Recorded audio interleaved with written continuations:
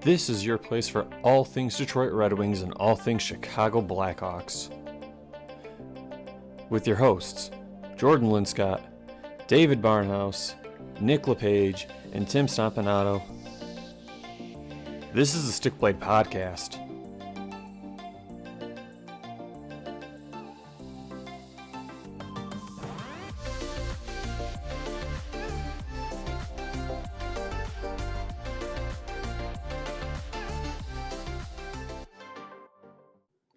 Good evening, ladies and gentlemen. This is another edition of the Stick Blade Podcast. It is your place for all things Detroit Red Wings, all things Chicago Blackhawks, and news around the NHL.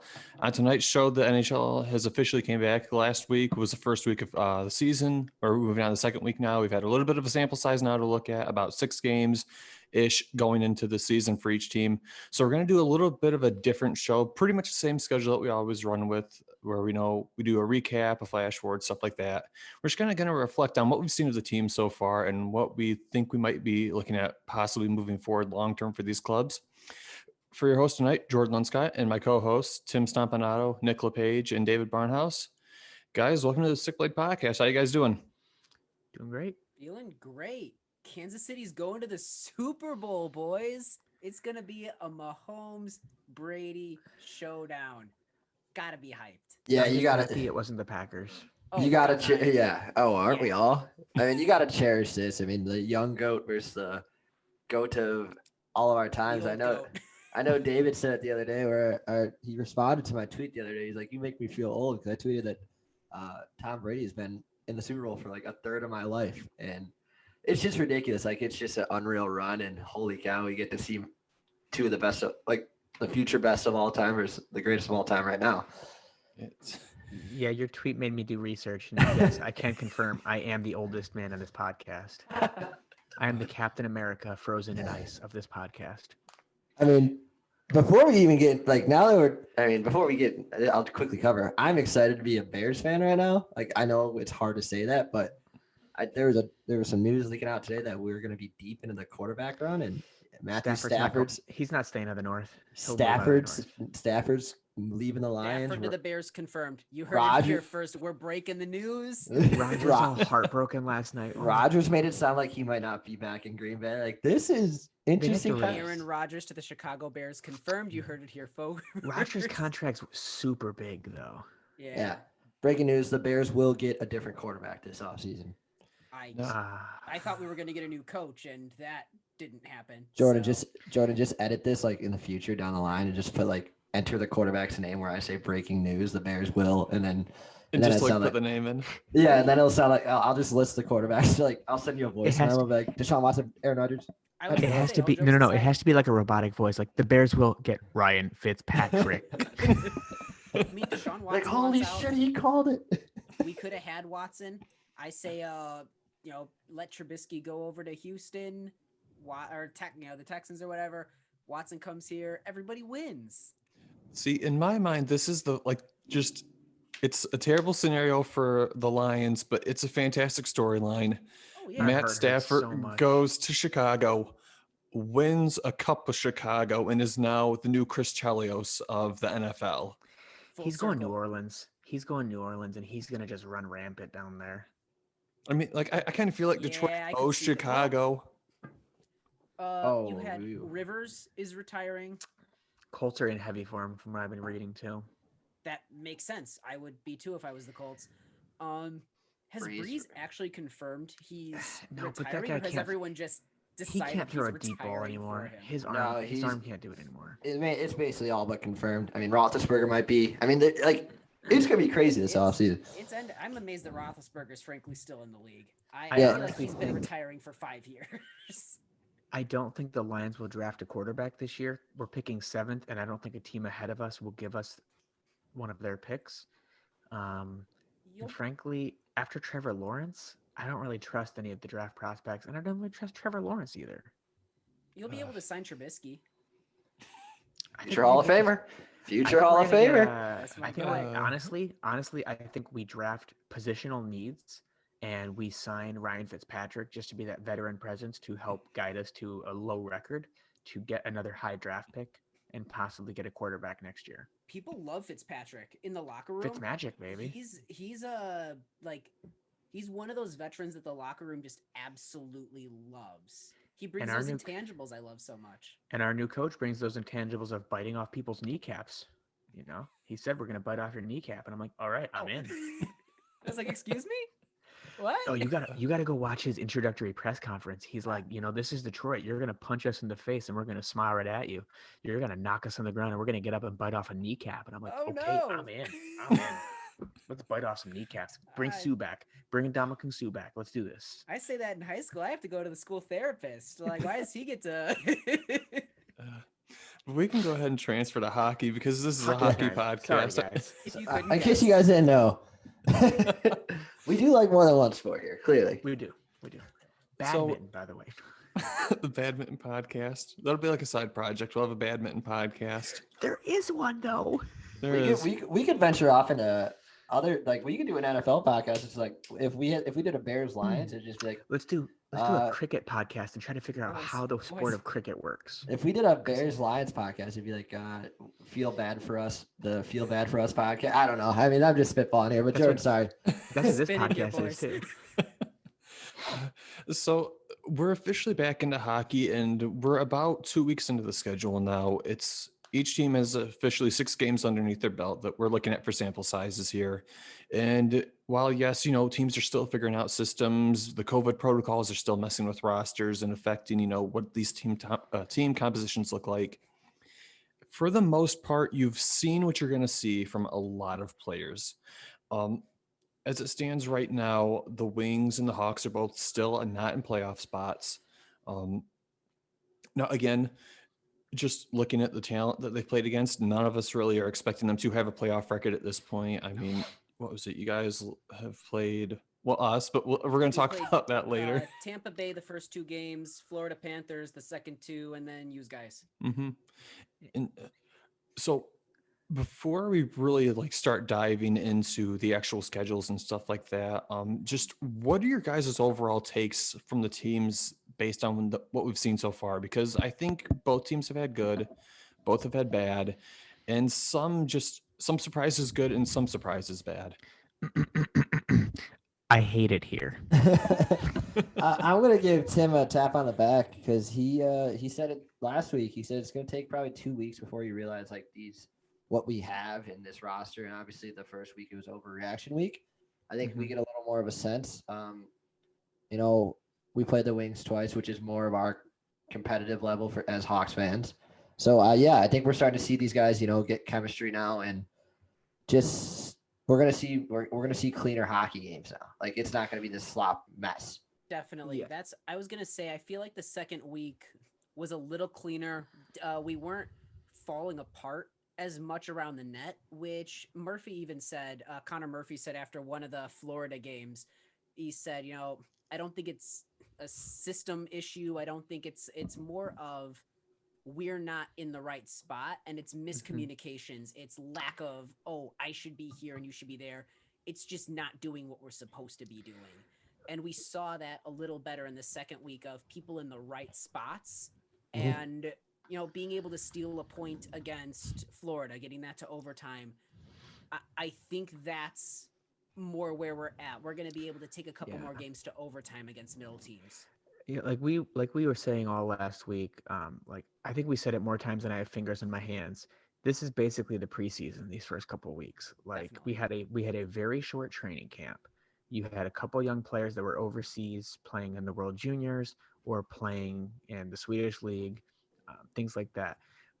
They were going to start slow. Some Manta slower than others. Which Jordan I know is going to have a nice talk about soon. But this is what we expected. Yes, Jordan and I got hyped seeing the opening couple games against Calgary where we were competing with them. I called the second Columbus game where I said, we're just going to flip the score and we're going to win. We did. We flipped the score and we won. But you're going to run into issues like with COVID. Like we're seeing now, the Red Wings don't have a second line right now because of COVID. Yeah, that's sorry. No, go ahead. That's what I was going to say. This week was, me and Tim covered the Hawks side. We see in cleaner games. This week's a harder week for you guys to judge just because it's so early in the season. You already lost 2 3 big contributions to the team with that, if you want to include Adam Ern into Mm-hmm. that list. So yeah, it's hard for you guys to really get a good judge or grasp on what you guys feel about this roster because it's week 2 and you had It's 4 or 5 like guys out with COVID. it's like making the bed, you know. It starts off slow. You don't really want to do it. It's going to be a process. Getting that fitted sheet on the bed is going to be a pain in the butt. But once you get it on, you can lay down and you can enjoy what's coming. That's what Yeah. hockey's going to be right now. Like it's a slow process to start, but next week and the week after, we're going to start seeing things going the way we thought they'd be. Mm-hmm. Well, I think it's tricky. It's one thing for the Hawks who started the training camp and started moving forward, operating under the thought that, okay, we don't have our 1C or our 2C. Taze and Doc are out. Nylander's out. This is who we have. Let's work with them and get used to it. You guys having built that chemistry and have been getting those lines and whatnot, then having guys out, I think it hurts you in a different way because we're operating under guys they're not there. We have to assume they're not part of the team until they're back. You guys had chemistry built up, and especially with that second line looking clean and taking pressure off of the top line, losing that and having to adjust on the fly. I'm excited to play you guys again when they're back and you've got those lines rolling. Oh, of course. Of course, now we've got DeBrincat and Boquist on COVID protocol, which doesn't mean they have COVID. It just means that they were either exposed They came to into contact. and they with live someone. together, so it makes sense if somebody in that bubble was exposed, they're both out for the time being. So yeah, I think we're going to be seeing a lot of switching out this year because of things like that. You know, Chicago housing's pricey when professional athletes have to live together. One thing that I think has been kind of interesting, and it's not even just like the Wings and the Hawks so far this season, but just a lot of the teams in general that have been losing these players to the COVID protocols that are going on. I think it gives the teams a chance to really experiment with prospects that are fringe players. And again, there's no pressure. These teams, once those key players or even just depth players are out and these prospects step in, it's such a better environment for a prospect to develop in where a team can say our third line center or our second line or fourth line center is out. Everybody else is moving up. You're filling in at the bottom. We don't expect you to do a ton. I think that is so much better of a development environment than what we've seen in some of these seasons past where these players have to earn their way up. And once they're up, there's that added pressure of don't make any mistakes, make only good decisions. And if you do make mistakes, you're getting put on as like your 13th forward, your 7th defenseman, or you're going back to, the AHL or whatever league you're playing in.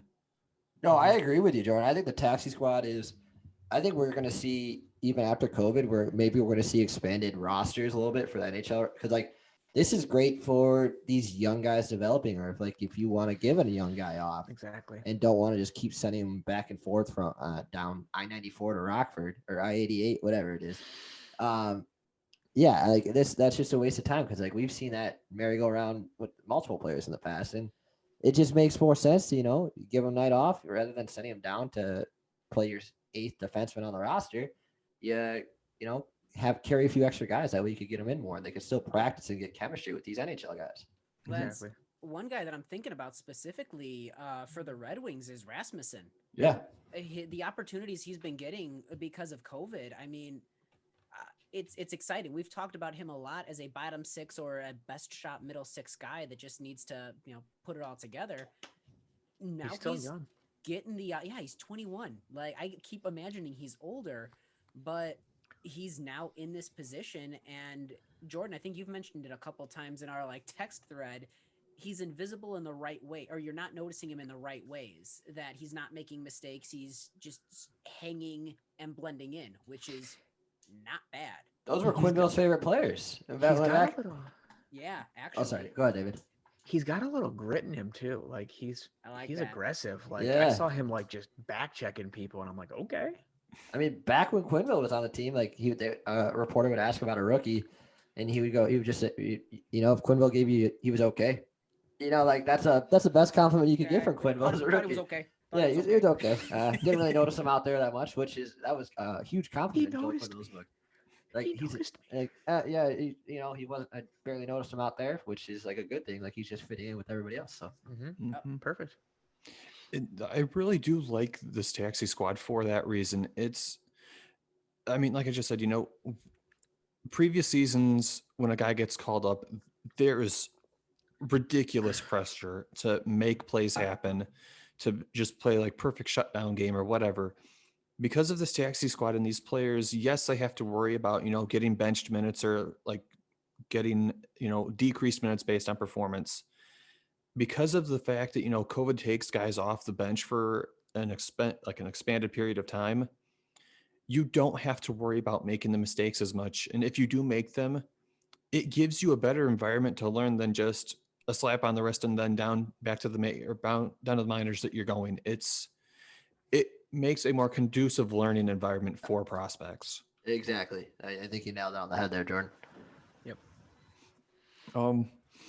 We can go ahead and just start off with the Wings and the Hawks stuff for this podcast because, I mean, obviously, again, this is a Red Wings and a Blackhawks podcast. First and foremost, this is the teams that we follow. This is the teams that we're passionate about, and they played each other this week.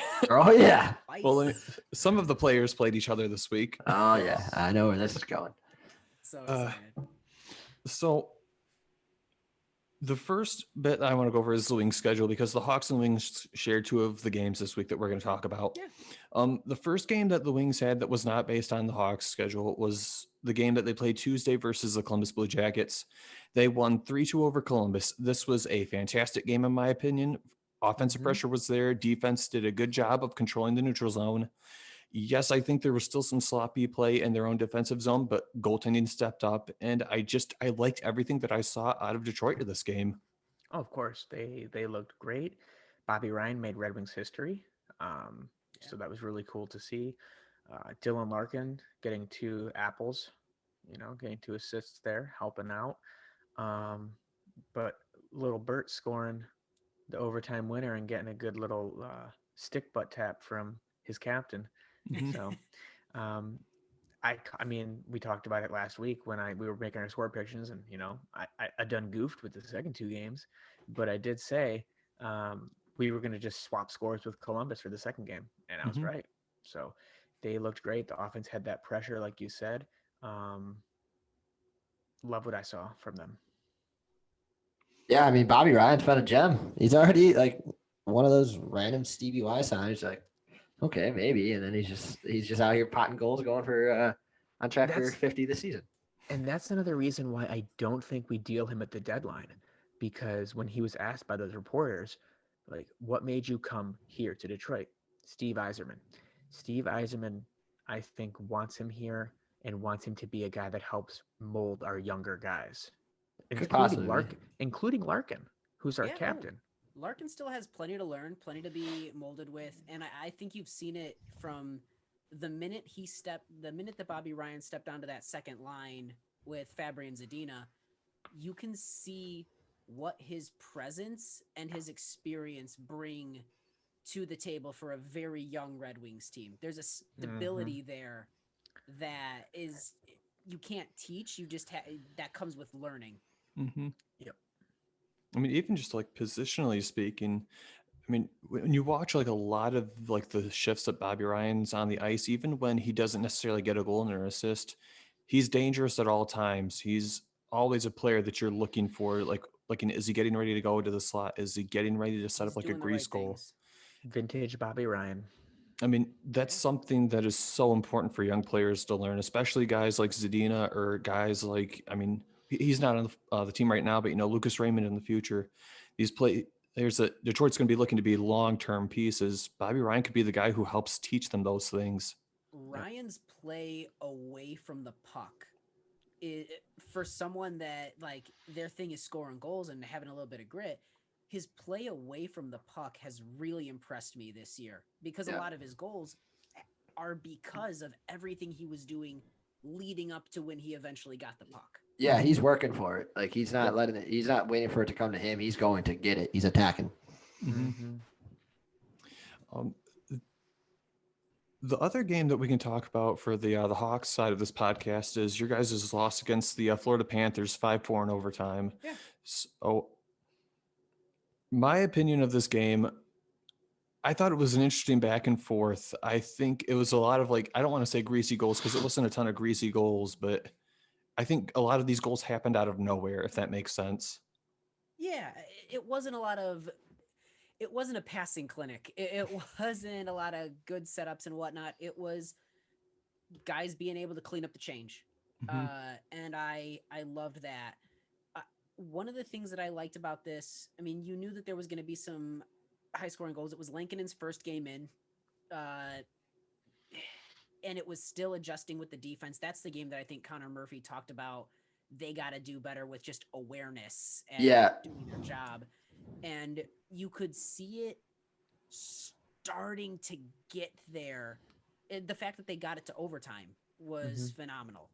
Yeah, they definitely cleaned it up around the game, throughout the rest of the game. You know, I think Laine kind of got hung out to dry on a couple. Like there was nothing he could really do. I think that counted in the second period alone. There was like 3 or 4 2-on-1s. Yeah. Like you can't have that with a rookie goalie. So I thought he actually looked good though that game. Like that was, I mean, obviously we seen him start the next 2, which we'll get into.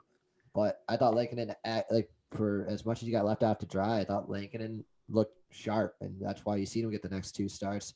And then I would say it was one of Ian Mitchell's best games too. And he broke up a break. I forgot who had the puck, but he back checked from the offensive blue line to just in front of the crease and broke up a breakaway. So Good hustle. yeah, it was an unreal back check. From notes in that game, I think the PK looked awful that game. It was well, I was gonna say, in Lankinen in his 3 games has let in 8 goals, and only 3 of those goals were 5-on-5. yeah, like that man, and a lot of those coming from the Panthers game. We were playing sloppy and got penalties, and they capitalized on it. So yeah, I mean, the fact that he's only let in 3 regular, 5-on-5 goals, it's noteworthy. Yeah, and it's also noteworthy that we've got to tighten up our. Yeah. Oh yeah. No, I mean we kind of figured that like the Hawks PK hasn't been good for a while, and it's kind of still middle of the pack. Yeah. We've scored like 8 power play goals. Yeah, I mean, I think against the Wings. Listen, I'll take them. Don't take this away from me. Like it's just simple cleanups. Like on the PK, the one I highlighted the most, Patrick Hornquist is just literally all alone in front of Lincoln in that game. Like it's so frustrating. It was DeHaan and I forgot who else, but like they were in front of him, and he was just in between Hornquist was in between DeHaan and whoever the other defender was, and just wide open for like he's either going to screen or get the rebound by himself because they were like 5-7 feet away. So it's just easy stuff you can clean up, just really recognition of where you're at on the ice and where other players are at. And definitely. I feel like it's definitely something that could get fixed. It's just a matter of players' mentalities. So this is one of the rivalry weeks that we are going to have on this podcast this season. And what do we have? We're having, I think it's 4 of them this week or this season. We're going to have 4 weeks, right? Yeah, I think we play you guys 8 times, 7 or 8 times. It's a dream. Cool. Love it. So the first game that the Wings and the Hawks played, the Hawks took the game 4-1. And then the second game, the Hawks took 6-2. I'm going to go in depth on our systems and in particular Anthony Mantha in just a second. What are your guys' other takeaways though from this game before I get into that? So I done goofed. And to be fair, my predictions were made before half of our team were put on COVID protocol. I feel like if we had Zadina, Fabry, all those other guys, except Nielsen because he's garbage, and Sam Gagne, I feel like we would have had the scores be opposite. I'm just saying. Well, if Sam Gagne was there, obviously. Yeah, I mean, we probably wouldn't have scored a single goal, and you guys would have had like 5 more. But the first game it was rough, but Dylan Larkin scoring a goal that would make Pavel Datsyuk proud. That was sick. I can't even Beautiful be mad about pullback. that one. I mean, you know what? We lost, but that was real pretty. No, it was gorgeous. In the second game, it looked like it was going to be close at first, and then it kind of got away from us. But little Bert had his 2 gritty goals that he scored. But people that stood out to me were the people that came up to fill in for the players that were out, namely Giovanni Smith and Taro Hirose. Giovanni Smith, as Jordan has always raved about him, and I love the guy too. Like, he is just a gritty, hungry player who wants to be wearing that red jersey. He wants that jersey, and he's gonna fight for it. And the other guy, Taro Hirose, like, I've loved him since we signed him. And someone sent me the highlight clip of him scoring that goal for Michigan State, and I'm like, how did he even do that? And he is just such a smart, intelligent player. And I remember hearing like Vanek when he played for us, like talking about just the intelligence this kid has. Like, for such a young guy, he is the intelligence of just a vet, like how smart he is on the ice. And if he can keep developing his skills like we saw him, then like he could be such a great player for the Wings. Like, there were people that stood out for good things like that, but then there were people that stood out like Mantha, who didn't really play in the third period. And he has just looked really slow. And we could attribute it to being this is a preseason type feeling. But at the same time, when the rest of your teammates are busting their asses and fighting for the net, like Tyler Bertuzzi, Bobby Ryan, Dylan Larkin, whoever, you're supposed to be a leader on this team. Like, you are one of the core players. And for him to be coming off a slow start like this when he's a 40 goal scorer a season or two prior, not great. But Blackhawks, you guys looked good these two games, and namely, we're missing players, and you guys are starting to gel. But I'm going to let you guys talk about, the suits. No, I mean, before we even get there, I feel like you brought them up, so we might as well get to that before we even cover. I guess I'll like build you up, Jordan. I'll just start out with saying, like, is Anthony Mantha one of like the laziest professional athletes? He's got to be one of the laziest professional athletes I've ever. Like, he's not maybe it's always too like that though. Yeah, but maybe he's Dubois out there with the Red Wings. I don't know if he's frustrated, but like whether he's upset that he's off the MLB line broke up or for now or something. But like, boys, that back check where he half-assed his way and it kind of just the puck landed on his stick and clear attempt that was just pure and utter late. He just blindly throws Jordan. I see you. He's hurting. Oh man.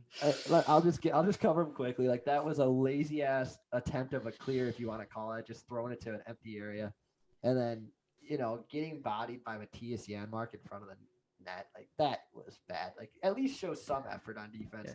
Jordan, go ahead. No, let Tim go because he has something. Then we'll let Jordan unleash hell. It's so hard for me.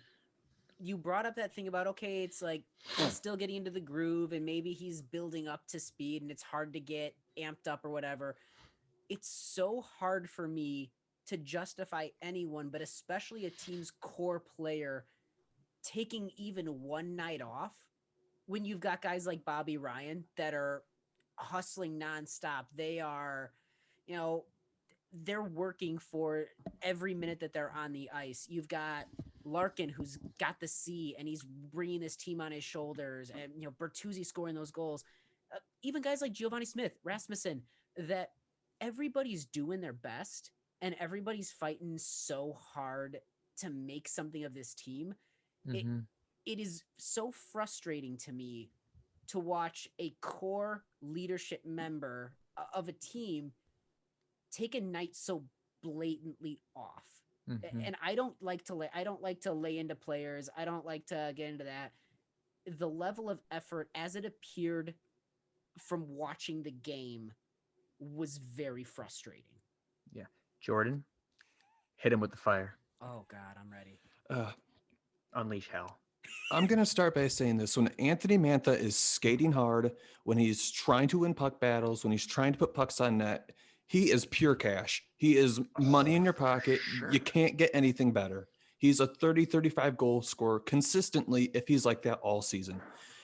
That's the Anthony Mantha that the Red Wings are going to need, not for this year, not for next year, literally through this rebuild window. Mantha got a contract this offseason for, what is it, like $5.9 million or something like that, just like a touch shy lower than Dylan Larkin's. And I get it. One guy can't drive a line. But Mantha's not being asked to drive a line here on his own. He's got Larkin and Bertuzzi potentially to help him drive, and Zadina if they end up promoting him. My biggest problem with this game was not that Anthony Mantha didn't score, or these two games. It isn't that Anthony Mantha was not lighting up the net with pucks. It wasn't the fact that he wasn't generating production for everyone else.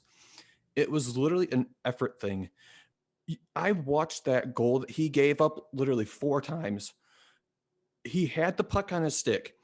The wings are already in their own zone. And when you have that, you don't send an 8 to the middle of your zone, because any defenseman on the other team easily skates for that and just gets a clean one right on your goaltender, especially when your goaltender's already getting screened. And then on top of that, if you're going to try that, you need to at least get some lift on the puck. That way it shuffles into the neutral zone and then everybody recoils back. That's literally a lazy clear attempt at that point. That's not even trying. I expect that out of amateur leagues. I don't expect that from guys making almost $6 million a year in the NHL. And like I said, when he's on his game, he's on his game. He's great, but it's not even just like that goal either. This whole 6-game stretch so far, he looks like he does not care. He doesn't seem to skate hard. He doesn't really seem to play physical. It's like he's just waiting for everyone to give it to him when he can go get it himself. He's just choosing not to. He's a big body. Like, he can take the puck from anybody he wants if he wants to, like you said.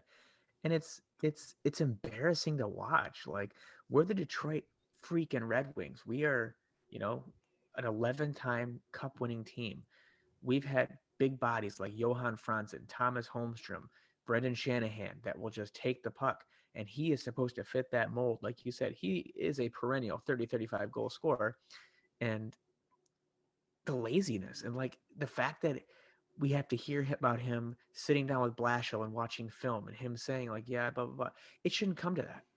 It shouldn't come to us hearing about that kind of stuff. It shouldn't come to seeing that kind of stuff. You are an NHL hockey player. Play like it. And that's the other thing. I'll admit, I trash on Blashill all the time, but credit where it's due. When he literally restricted him to a minute in the third period, I actually respected Blashill for that, because Mantha was playing like pure trash. Oh, of course. Great decision making. That was there was a discussion post today about firing Blashill, and I said we talked about this before, but seeing that's an actual coach. That's making a good coaching decision. That's a good coaching decision. Like I said, credit to Blashill. That is the sort of decision that sends a message not only to that player, but to the rest of the locker room doing that. No, yeah, I 100% agree with you. I mean, just like you said, he's supposed to be a leader, and a year like this where you're seeing a lot more of these younger guys come up, and that's not what you want. That's not what that locker room needs. They want to see effort from their leaders, and just this year alone, and the 2 games against the Hawks, it's not there. Maybe I over exaggerated with calling the laziest professional athlete, but this year it's been awful. I mean, you hit the nail on the head about that's not what this locker room needs. The Red Wings are still developing their identity and the culture in that locker room. It's more than just having guys like Larkin and Bertuzzi and Bobby Ryan. Mantha is one of the higher paid athletes on that team and is expected to be a core member. If you're not actively working to create the culture as a leader that you want, you're working against it. That's whether you're deliberately doing it or not, having that kind of a night actively works against the culture. And I like what Blashill did, because it says, I don't care what your salary is. I don't care what your reputation and your status on the team is. You don't play right, you don't play. Maybe that's a little bit of the Tortorella mindset, but I think it's reasonable. It is, of course. No, I think Tort's mindset works on players. Not everybody is fit for that kind of, whatever you want to call it, negative connotation or punishment. But I think that works. That's why Torts is still in the league. I mean, getting coached like that, you're not gonna do it right, you're not gonna play. That's how it should be. I mean, they're professional athletes. Like Jordan hammered on the head. He's making $6 million. Go out there and give a shit. And I think Blashill is doing a really good job of blending that sort of what we see in Colleton, that nurturing, that communicating, and also that Tortorella mindset, knowing when to nurture and when to be stern. I give him a lot of credit as a development coach and getting this team through the rebuild. He's going to make some choice. The blender is not exciting. But he's made some really good moves in developing these guys. Oh, I'll give him credit where credit's due. Blashill is a great development coach. Like, that's why he was great in the AHL. He helped prime and develop these guys. But like I've said in the past, and I Jordan in the past, he's not the coach I see when we're in the playoffs fighting Oh for no. a cup. No. This is just a good year to have him. Mhm. It's sad to say, it's a tough situation to handle already. 6 games into the season, and you have to have a one-on-one sit down with one of your star players. Like, that shouldn't be happening already. And like, maybe with the younger guys, one-on-one sit downs to try to build their confidence. But a guy like Manta, come on, dude, you've been here, you've been around, you got to be better, and you got to act better. Yep. Look, the other thing for me though is also, it's one thing if a player makes mistakes on the ice, like if a player gets pickpocketed or if they go for like a pass and the other player is just strictly speaking faster to intercept or whatever. Bad reads happen, bad decisions happen. That I can live with. Even from star players, I can live with that from star players. Like even Dylan Larkin on one of the games for Chicago. Yeah, he gave up a goal. And like, I don't mind when that happens because you can tell the player's at least trying to make something happen. Man, the goal that he gave up wasn't because he wasn't trying. It wasn't because he made a bad read. It literally was laziness, and that's my problem with that goal. And just even his like 6 games so far. I mean, 2 goals on Sunday were purely his fault. Yeah, there was one game on Friday that was, I forgot which one, but I know for a fact he had the opportunity to break up the play and just didn't. And I think it's just, correct me if I'm wrong, I think the most frustrating thing with him is we know what he's like at his best. Yeah. Mm-hmm. If it there's a lot of guys that like you see that sort of hustle, okay, they're streaky or okay, that's what happens. We've seen him at his best and it's phenomenal. It is game changing. It's that good. 40-goal season. You expect at least, even on nights that he's off, he's hustling. Yeah. That's all I care about. And like that's the thing, like you mentioned the last season, we saw glimpses of that. He was on pace for 40 goals. And to watch this, it's you can't tell me that prospects look at this and say, well, shoot, he's making $6 million and he's just taking nights off. Why can't I? You can't have it. Yeah, it's infectious. It is. Or prospects will see that and say, this is how he's playing. I could take his spot. Mm-hmm. That's Soderblom's like, I'm a big man. I can take that spot. Lucas Raymond's like, I score goals when I want. I can take that spot. You hear that? That's Evgeny Svechnikov's music. My God, that's Evgeny. By God, it's Evgeny. He's got a steel chair. By God. He broke his arm trying to lift the steel chair. Oh, no.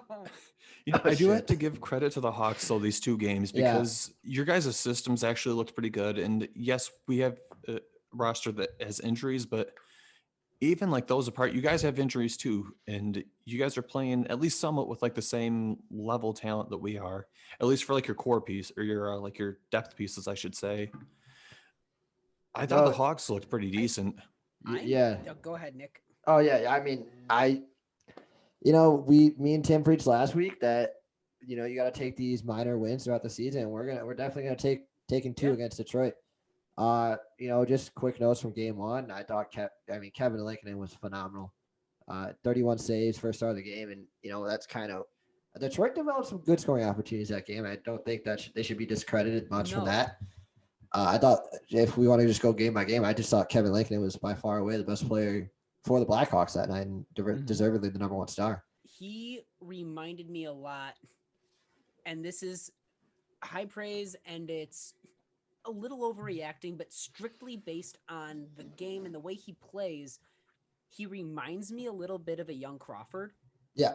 I remember Laine talking last year about Crow and saying, you talk about Crow like he's not making all these wild, highlight reel saves. It's because he's not putting himself in a position to have to make those saves. Yep. Lankinen plays tight. He plays smart. He plays technical. He's got good positioning a lot, and he's calm. There were some grade A scoring chances by Detroit that I thought for sure it was going in, and Lankinen, a little slide to the left or whatever, and he knocks it out. I was thrilled with that game and Lankinen's performance. Over the 2 Red Wings games, Connor Murphy. Yeah. Very Murphy didn't look legitimate bad. standout. Not bad at all. No, scoring. He's involved on the score sheets for like 4 straight games? Yeah, he's got a 4-game point streak, which is his record. He's got 2 goals, 2 assists. He might have more now. I thought that he has been remarkable as a stay-at-home defenseman. Yeah. Being involved like that. We saw a goal from Dahan in the first Detroit game. That he's another stay-at-home defenseman. Typically, we're seeing guys chip in on offense that we haven't seen chip in as much. That's exciting for me to get some of the depth spread around. Yeah, and then as for game 2, I mean, What do you just say? it's the Pierce Suter show. I mean, it's his coming out party. You know, it was eventually due. You've seen what he was doing in previous games. I mean, just phenomenal. I know we're gonna get into more of the younger guys later with like our segments, but Yeah. But just that game alone. I mean, like I'll go to the final. His third goal. You got to have a lot of balls to look off Patrick Kane. Like guys like Nick Schmaltz in the past, or I don't know. I'm trying to think of young guys. Any of them. Yeah, Dylan Strome. I've Strome, seen- Kirby Doc. I've seen Kane pass to guys to score, and they pass it back to him. Yeah, 99% of the time, like most players are gonna be like, all right, I'm giving this puck back to Kane. Nope. Pia said, I'm sniping this thing, and it was a beauty. And by already having 2 goals in his belt, he was buzzing. Oh, and yeah. So it's the kind of thing where, well, I got to get number 3. So not only in his first 6 games did he get a hat trick, but his first goal was also the game that he got his first. Yeah. So he got his first 3 goals all in the same game. For a guy that's not he's playing center, which we signed him to be a wing primarily. He happened to play center in the past, and all of a sudden he's centering Patrick Kane and DeBrincat. Pretty high praise. We've seen his moves. We've seen him make these shifty plays with a little bit of style to him, and he's really starting. The thing that I will say about these 2 games in Detroit that is not an overreaction is that they're playing with confidence. Mm-hmm. And when you play with confidence, you're making that extra shot that maybe you're not going to take, or you're trying something and you're taking that risk because you know what, I'm feeling it. Let's go for it.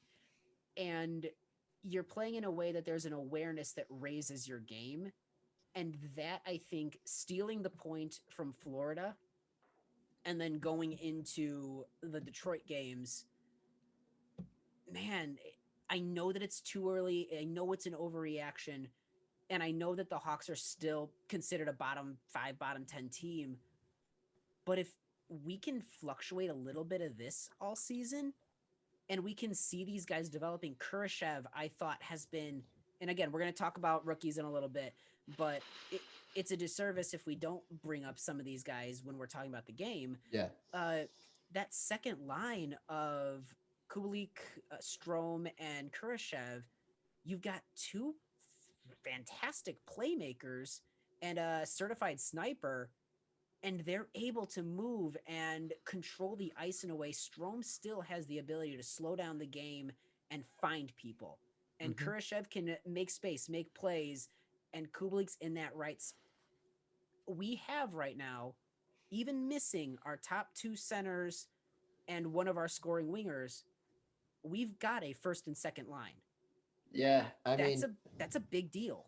Yeah, you were talking about Kurashev. I thought his goal was, you don't see rookies make plays like that more often. Like that was a confident play. Yeah, he's a playmaker, and that was like Eddie always kind of really mentioned that about what Dylan Strome would do, and that was it was the exact opposite. Kurashev, he had the opportunity to make a pass, but he realized like there was room to go drive the net. Mm-hmm. And he attacked, like he drove the net and made a nifty little move to get into the short slot and just buried it far side. Like it was a rookie like that and a pass first kind of guy, he like you don't expect that kind of play, and it's gonna to make him like if he's gonna become this less predictable type of player where he will drive the net if you give him the chance, he's gonna be special if he recognizes more situations like that. And if you're in a spot that guys have to pay attention to Kubalik because you can't not pay attention to Kubalik, and you've got two guys that Strome can sort of play his ice chess and figure out, okay, strategize. Where do we go? I'm going to bank it off of this and get it to this person. To me, if Strome, and you know how much I love Strome, gets to his potential, I could see him being very similar to a Joe Thornton style of player where it's just assists after assists after assists. Goals are not what I'm paid to do. I'm going to pass. I have an empty net. I'm passing. That's what I do. And with two guys that can create plays and shoot, that's where he belongs, is in that place where he can get guys the puck. The thing that I think I really liked out of the Blackhawks the most of these two games is I think I really like the fact that your players are actually showing synergy with each other. And that's synergy. Like, not to, like a boss. Not to say it's the intangibles, because I mean, that's not intangibles, but at some point players have to have at least natural synergy of, I like to play defensively in situations A and B, and then offensively in situations C or D, or you mentioned in Strome's case, Strome likes to facilitate pucks. He likes to facilitate puck movement and find guys. A true playmaker's playmaker if you see one. Being able to get that chemistry quickly with young guys, even if they're not going to, be lighting up the lamp constantly, that's something that you need to see, not even just short-term, like long-term development with your players, the ability to find that chemistry quickly. I guess go ahead, David. Because thinking of synergy, and it made me chuckle a bit. The player that was the most synergistic player I can think of is Pavel Datsyuk. How many no-look passes for goals did that guy do in his career? That's why he's a wizard. He just knew if he was a certified wizard.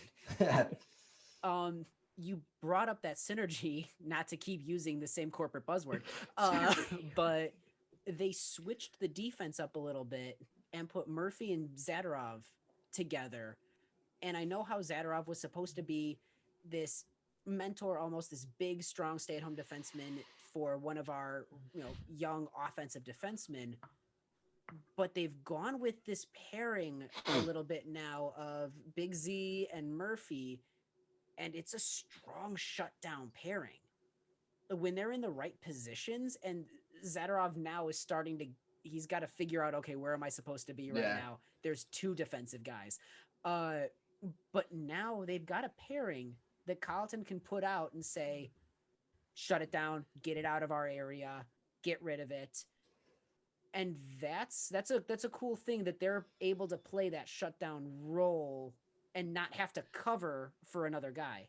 Yeah, I agree with your point. I think Zadorov looks a lot more confident than he does out there already playing with both. Like he with the more established guy like Connor Murphy, he just looks to be playing his game more. Like, I mean, he even took a chance. He even went out for a one-timer in the slot game too. I'm like, what the hell are you doing? What's he doing? No. I mean, it was just like he looked confident rather than I got to be back here and be this protective netting for a young guy like Adam Boquist. He was just playing his game. I'll tell you, DeHaan loves playing with Mitchell. Oh, they were like a match made in heaven. And the interviews that they've done with DeHaan, he's like, I love playing with Mitchell. He's smart. He's reliable. He's one of the people that is constantly talking. He's what even Lazarus pointed out. He's like, you can't really hear a lot of people on the ice, even with no fans. But one of the people I hear all the time is Ian Mitchell. A 21-year-old rookie that's barking and like, we got to do this. We got to move here. Man, I'm hyped on Mitchell. I know he's had some rough goals against him, but he's a rookie. He's learning and you adjust. But the fact that he's, DeHaan says that, hey, if he's out of position, you tell him he doesn't make that mistake again. He's constantly learning. He's like, cool, what do we got to do? and Dahan just loves playing Yeah. with this guy, which is So so the cool. opposite of Mantha. Okay. Cool. He just looks confident out there. I mean, Mitchell, like, I know we kind of, I know Opposite of Mantha. like beating a dead horse, but we said it last week. Mitchell is just, he's going out there and playing. Like, Yep. he's not overthinking. He's playing. Like, you want to see him make those mistakes. And a guy like Dahan's going to help him out. Be like, all right, this is what we can't do next time around. And then, not to just get it lost in the moment, but again, Kevin Laine had another stellar game. Yeah.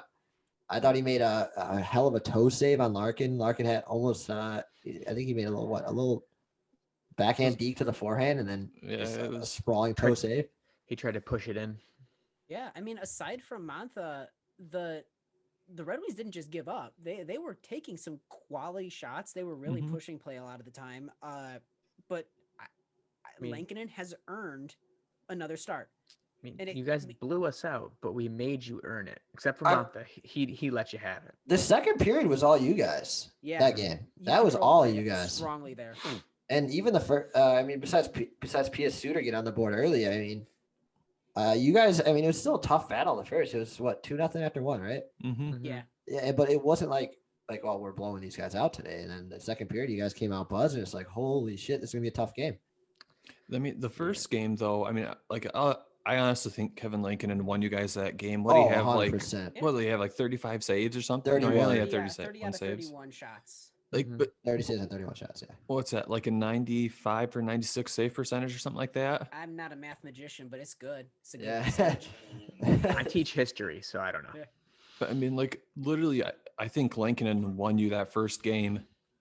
And I mean, he very easily kept it more of a blowout in game two. I agree with you, Jordan. I think game one might have been him. Sorry, David. Go ahead. In game two was Mantha. Yeah. So I'll get into him more once we talk about the young guys. I do feel bad that Subban's first and only game was against Tampa Bay. Feeding him to the Wolves. You fed him to the Fresh Wolves. Out, and even Delia, his first game was Tampa Bay, and then his second one was Florida. a Florida Panthers team that just the Hawks were sloppy, and they weren't. I do feel bad. Nothing to take away. I'm hyped about Lankinen. I just also I feel bad for guys that maybe should get, and all three goalies are going to get more starts and more Of looks. course. They're carrying three goalies right now because they don't want to have to put either Subban or Delia on waivers to get to the taxi squad. Yeah. But I would like to see each of them get a little, consistency with some games. Just, I don't know. I feel bad. At the very least, get some trade value up and send them to somebody that needs a goalie. It doesn't matter who you are.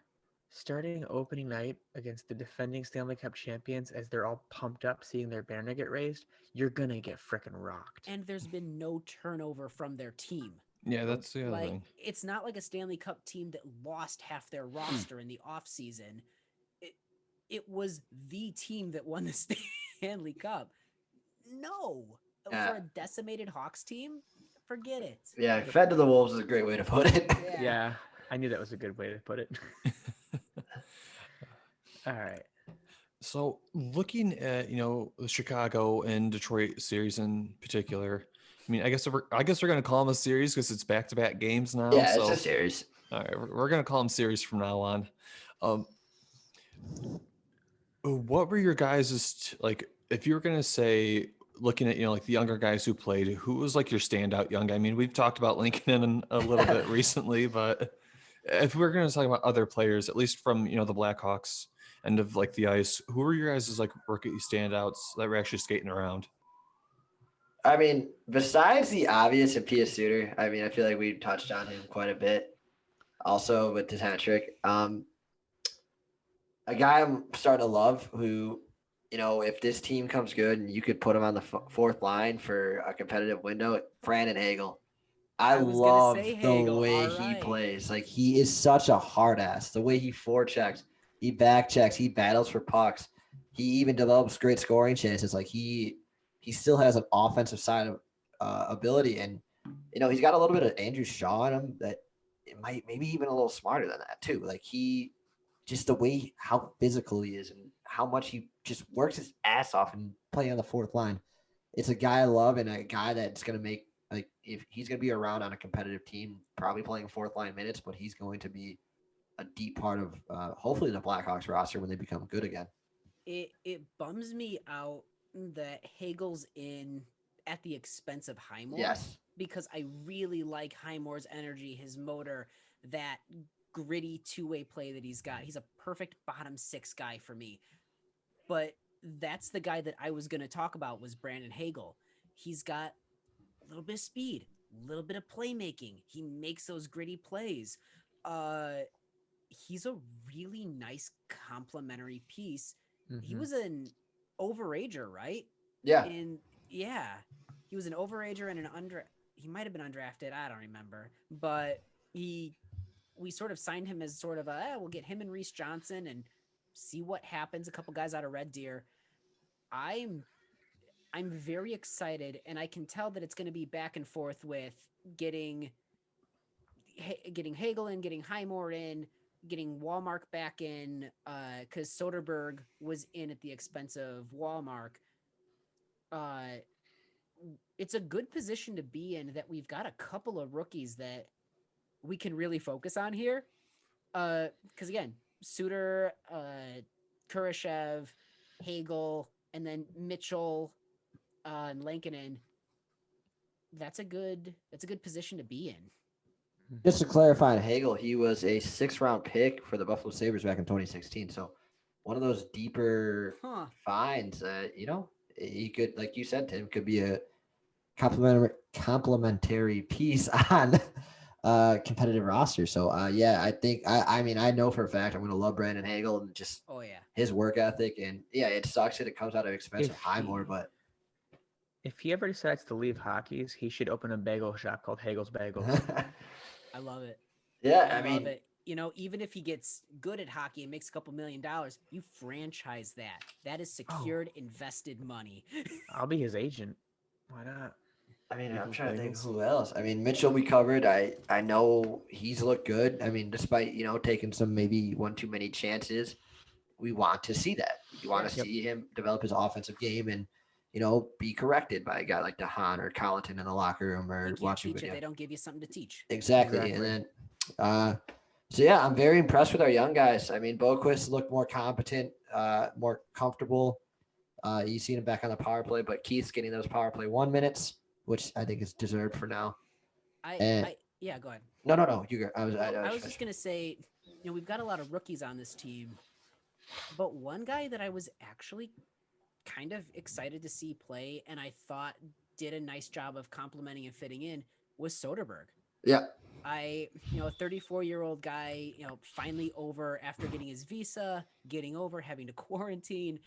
That third line had kind of been a black hole with Janmark, Wallmark, and Shaw, because it's all guys that are really good about being a complementary piece or being that extra, that third body, but nobody that really drove play. And the fancy stats were really showing that. Soderberg in there is now someone that can get the puck, can drive play a little bit, even at 34. He's got some scoring touch. He's got a little bit of that playmaking. And now you've got guys, and you saw it on, Janmark's goal. You saw it in the way that Shaw's able to free up and move around a little bit more. If you've got somebody that can drive down the middle with the puck, now those guys are able to play their game a little bit more.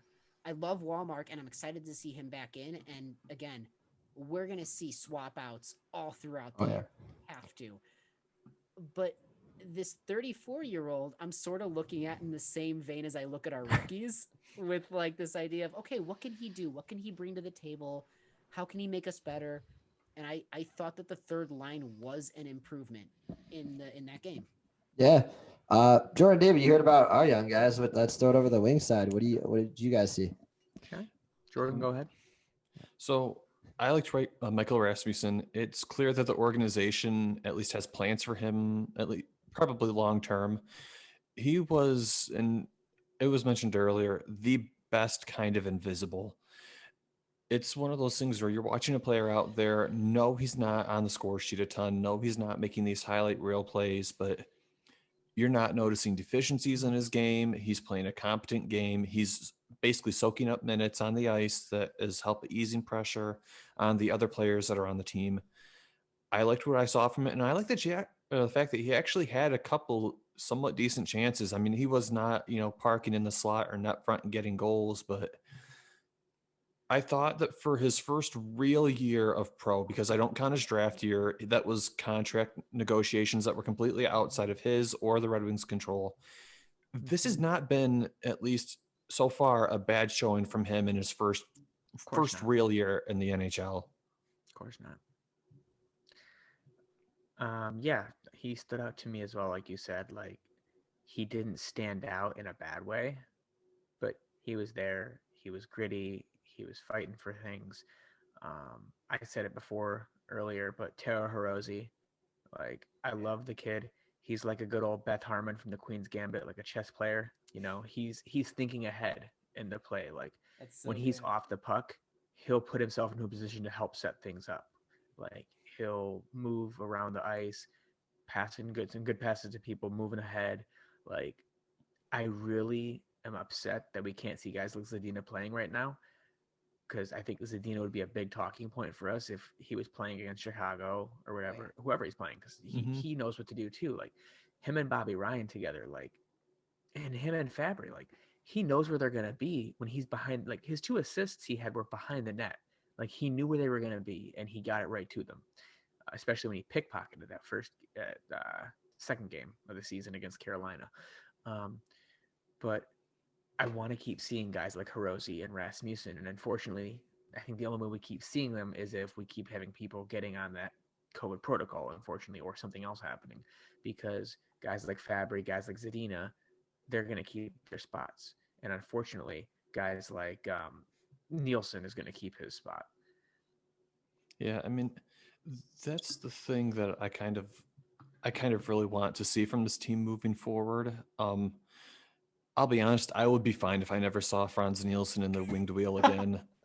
Oh man, you versus Franz Nielsen is going to be quite the fun. By the way, Jordan, he's coming on the show next week. Oh, is he? Well, I mean, I that doesn't change my mind. I'm not even gonna be here for it. I'm just gonna be an outsider. Just like call me on speakerphone. I just want to listen. He'll be like, hey guys, pleasure to be here. Just like, go away. I mean, I would be fine if they let Rasmussen play the rest of the season and just said, Nielsen, you're out. I mean, I know Franz, he's making, oh my God, what is it? Almost $6 million as well. Is this the last year of his deal? No, he's got one more year after this. Holy shit. Yeah, good old Ken Holland. Trade deadline. Come on, please. Man, the Oilers must be thrilled to have him. Yeah. Oh my. But no, I agree with you. I would want to see Rasmussen more and kind of just playing a bigger role, just because he's got so much potential the way he plays. I think he's going to be intriguing. And I like the fact that they're trying to ease him on the lower lines. They're not trying to immediately slot him in on the second line and say, like, here's a playmaker who's going to set you up, grind out some goals. He's getting put down on the lower lines to basically learn how to really adjust to the pace of the NHL. And now that he's had some time to do like the AHL last season, he's a little bit more adjusted to the speed, the physicality of the game. I like how they're actually using him this season. It's more like, I don't want to say more suited, but it is. It's more suited to how he's going to be as a player. Yep. Yeah. Not many other young guys were really playing for us. Yeah, I know you mentioned Giovanni Smith, and you kind of like what he was doing in his short-term call-up for the COVID protocol. Always looks good. Yeah. Mm-hmm. But again, like, Smith is kind of in the same spot, though. It's a guy who you're expecting Giovanni Smith to basically be a bottom 6 guy. At the end of the day, that's what he's projected to be. If that's what he ends up being, awesome. He was, what was it, a second or a third round draft pick, I think? Something like that. Third. Okay, but I mean, so he's not like the sort of player that you drafted expecting him to be a high-end winger who's going to net you 30 a season. This is a guy the Wings picked up to be a depth piece. That's what he's going to be. And again, I like the fact that they're planning to ease him into bottom 6 minutes. You're not going to put him in the situations like the power play to just give him artificial production because he's getting to park in the slot for free. You're deploying him to shut players down, to be a two-way player. That's the development plan that I want to see the Wings give these players. And again, props to Blashill where it's due. Good on him for putting these players in these situations. Mm-hmm. Yeah, and those are the pieces that you need to win a cup. You don't win a cup without a guy like Giovanni Smith on your third or fourth line, shutting guys down, maybe chipping in offensively, but a lot of it is using the body and getting the pucks to the right places and figuring it out. Rasmussen, I wonder, just with the way he's built and he's got a little bit of that power forward, got a little bit of that. I wonder if at his ceiling, he could look something like maybe a vintage Bickle. Mm-hmm. Yeah. So, like that's a comparable watching him play and watching his size and style. Man, if he can get on a line with something, if he can be the third best player on a second line or one of the top players on a third line, you get yourself a Brian Bickle style as a depth piece. Yep. Mm-hmm. That wins cups. Yeah, like when we won the cup in 08, yes, we had our big names like Datsuk, Zetterberg, Lidstrom, but we're not winning that cup without guys like Draper, Cleary, and Maltby chipping in. Like one of my favorite goals from Dan Cleary ever was the overtime winner against the Ducks. I think it was the 08 playoffs, where he literally gets freaking cross-checked in the body as he's going down, just hits it in the net and scores. Like, you don't win without that grit carrying the team when your stars are off the ice. That's Marcus Kruger, to me, is the epitome of take the hit to make the play. Yep. And he would put himself in harm's way, and he was this bottom six, grinded out, face-off winning defensive forward. But we won games because you'd all of a sudden see him slammed into the boards, but he held the puck and he got the puck off just in time or something like that, and somebody zoomed past and was able to score. Yep. Guys like that, you need your stars, and you need the lunch pail, the people that are just bringing their lunch pail every day, ready to grind it out and work. Yeah, those blue collar guys. Yep. Ooh, Those David. are players. No, yeah, I agree. I mean, you need those physical guys. It's so rare to have a top 9 full of skill players. Like you need to have a mixture on your lineup to go out there and win. Your Darren McCarty's, your Dallas Drakes, your Dan Cleary's. Like you need those guys. Your Dave Bolins. Yeah, even Daniel Carcillo. But yeah. I love Carbon. That's Man. maniac. All right. One thing that I do kind of want to touch on, though, is Detroit's power play did not look good this week. Oh yeah, they were bad. It carried over from last year. What I can't remember. They were like pretty close to like the very bottom of the league last year, weren't they? I think so. We might have been the bottom. I think the Hawks were bottom 2 at least. But either way, this power play was awful. Oh Detroit this week. It was. That was one of the things I had in my notes. Like it was atrocious. He scored a 5-on-3. That's how we finally scored, on a 5-on-3. Well, Joe Quinville always said, if you don't score on a 5-on-3, you don't deserve to win the game. I did like goaltending, though. Even though we gave up a lot of the goal, like we gave up more goals, you watch a lot of the goals. Bernier and Grice were not the cause for a lot of those goals. I think of the goals that Bernier gave up, I expected him to make he could have made 2 of those saves. And I think the other ones were all either he's being screened or it was, again, one of the lazy turnovers, which I talked about earlier. Same thing with Grice. Like these blowout games do not rest solely on their shoulders. This has been sloppy play in the zone and failure to clear. Yep. I still think that Grice is going to steal you guys some games. Oh yeah, I think. Oh yeah, for sure. Very underrated goalie. I thought he looked good against the Hawks. Yep. We could move on to this upcoming week. But before we do that, let's go ahead and just talk about who the star of the week was for each team. So, Tim and Nick, why don't you guys go ahead and pick a star of the week for the Blackhawks? What, Nick? I'm between two, and I have a feeling you're gonna say one of the two. You go first, and I'll go with whichever one you don't say. Yeah, I feel like we might be on the same page here. I said his name so many goddamn times this podcast. I'm going to say it one more time. Kevin Lankinen is my star of the week. I thought he was absolutely phenomenal. And boys, I think he's going to steal the number one spot for this year, for the time being, at least right now. And I mean, we might have like you might see him on this, like, whether it be a backup role or to Drew Camuso. Am I saying that right? Camusino? Drew Camuso or Camusino? something like that. Daniel LaRusso. Yeah. Daniel LaRusso. Correct. Yeah, Body bag, Johnny. Drew Camuso, or I think Kevin Lankinen is going to be here to stick around. And, I think before the season, he was my favorite to win the job. And it's looking like it's going to be his job to lose. All right. Oh, man. Did I leave you two options still? You left me two options. Oh, wow. I forgot about Lank, which makes me feel really bad. I'm actually, my runner-up was Pius Suter. Yeah. Obviously. I'm going to go with Connor Murphy. Yeah.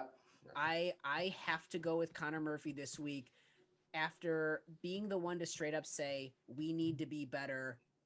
It's on us. We're falling apart at times that we can't. We're not communicating.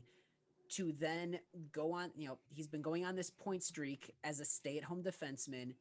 He's tightened up. He's responsible. He's wearing the A for away games while Shaw's wearing it at home.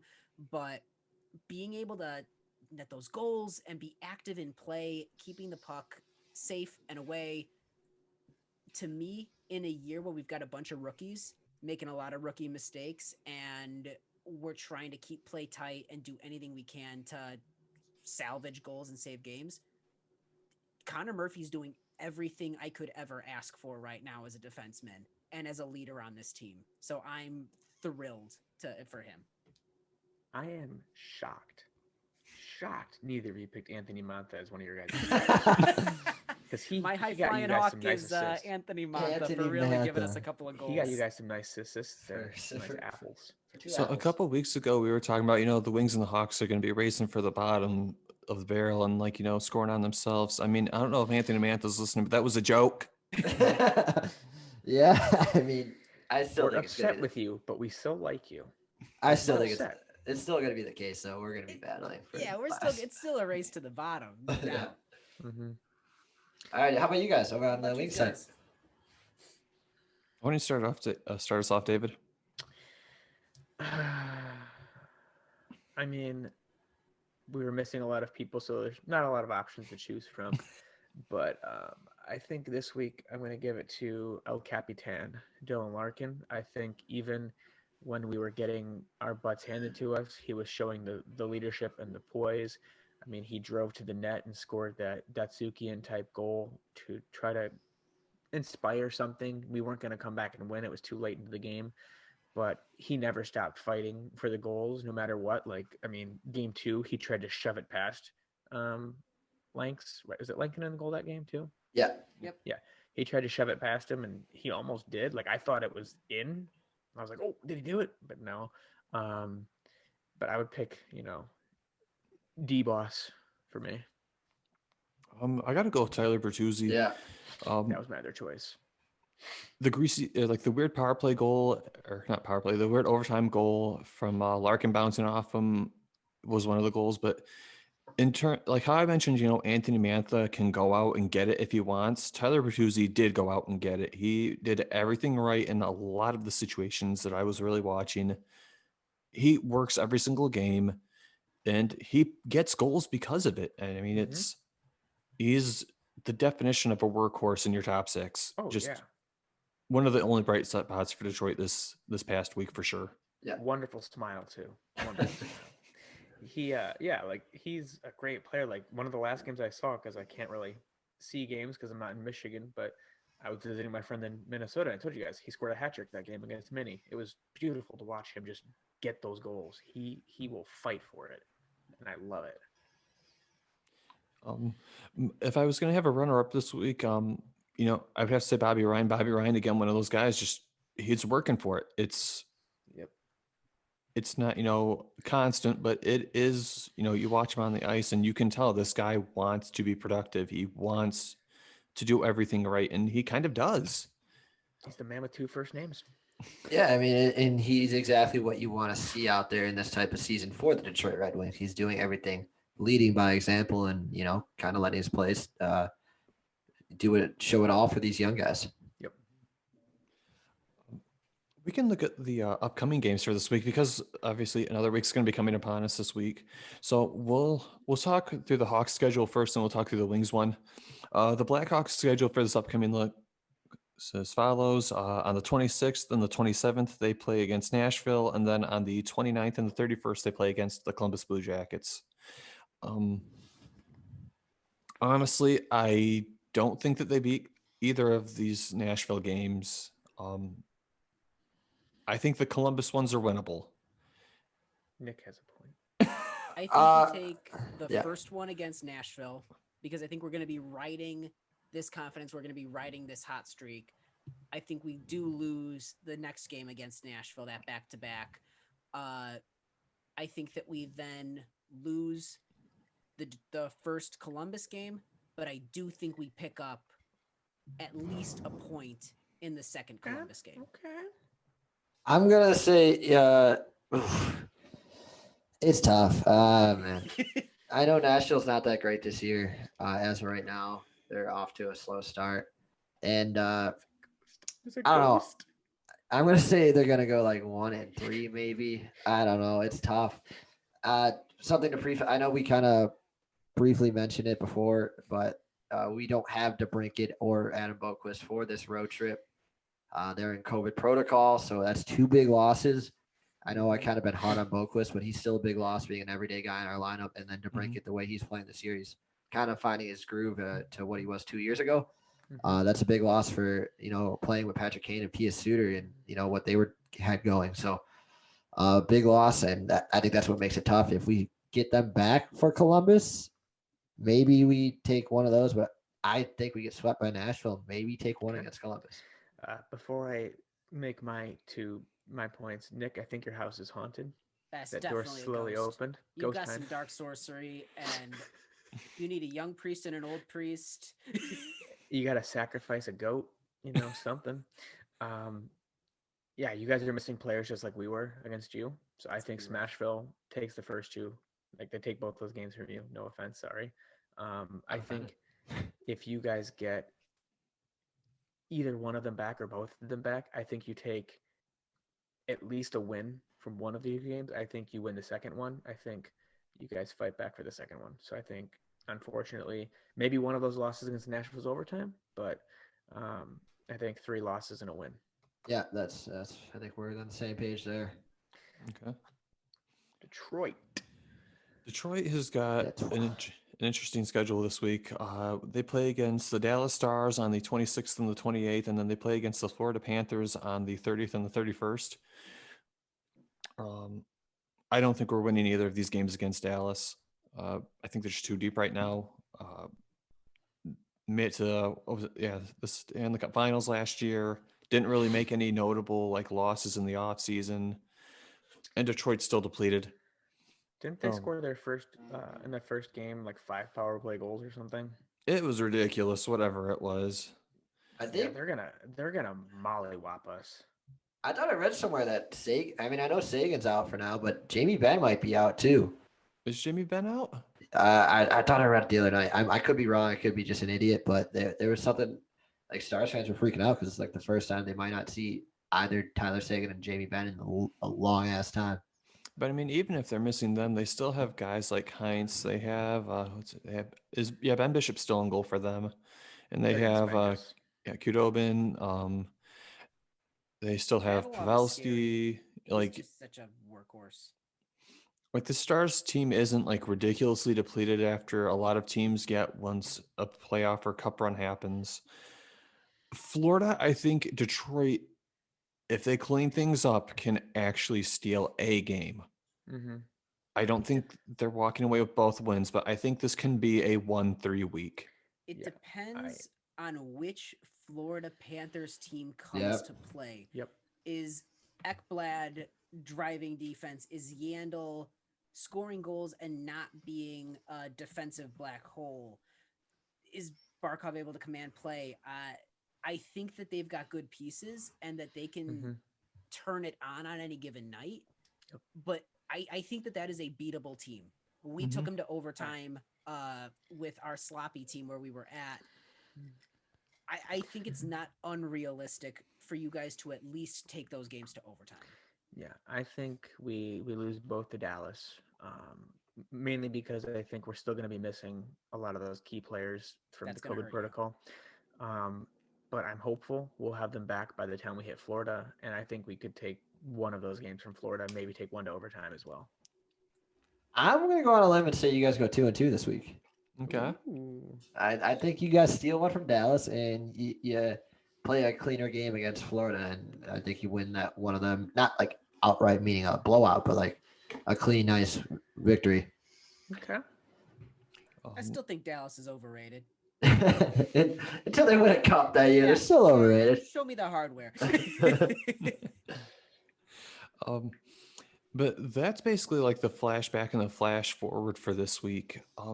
There are some other pieces of news around the NHL this week, which were pretty decently big. News, breaking news. So I'm not going to go over these in particular order, but the first one I want to touch on is the Mike Babcock story that came out this past week. Screw him. Yeah. That's all we need to say. If you haven't read the article on The Athletic, if you have a subscription, go read it.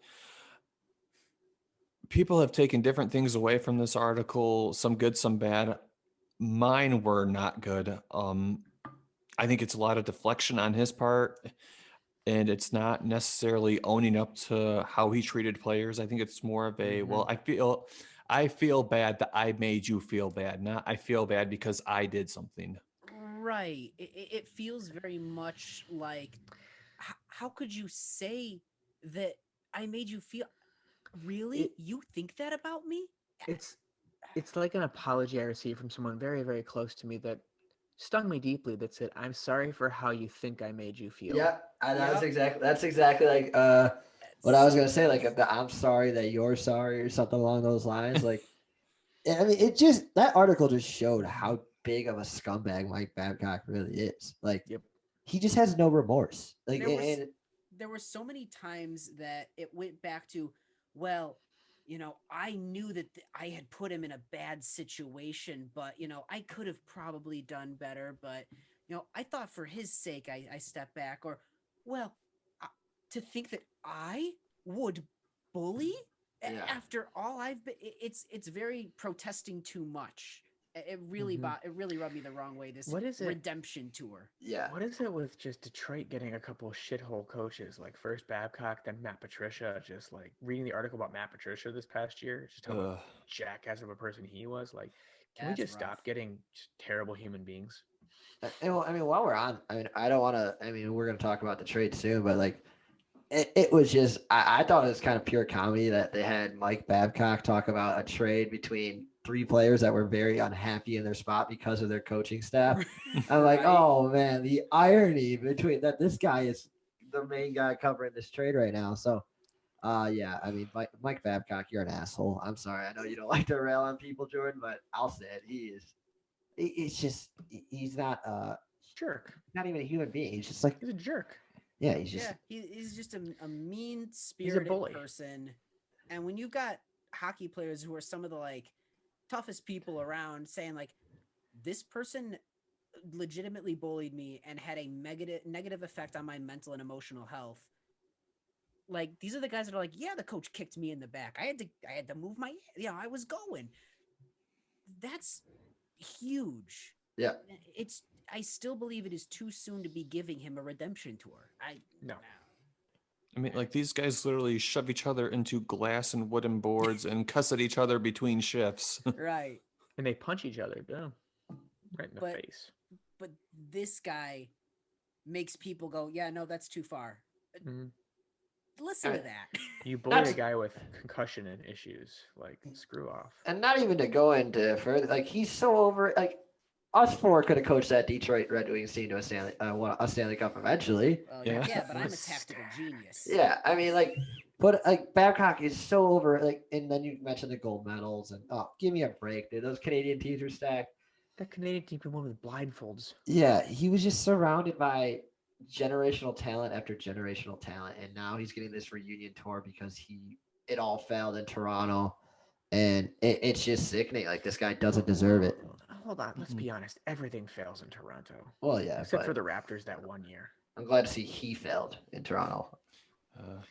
Just I don't know. I didn't like anything that I read in this story No. really, Yeah, and screw him. Very well Move written on. story. Yeah, Yeah, oh like, no, Credit yeah, to The Athletic yes, has yes. all Great this. job to the Athletic, Would definitely with the show some of coverage. Athletic, but But screw him. Stop talking about him and move on. I don't give this guy a platform. and then he even got like a job doing like broadcasting. That's NBC what I don't really Sports? get about Yeah. this at But, all. yeah, that irks me more than the article, to be entirely honest. You fired a terrible human being in Mike Milbury for an even worse human being in Mike Babcock. Yeah, that's Don't a forget Don Cherry too. weird trade-off there. Yeah, I mean, Mike NBC. Milbury's needed to go. Yeah, he's a bad person. I mean, Yeah. but Babcock is also a bad person.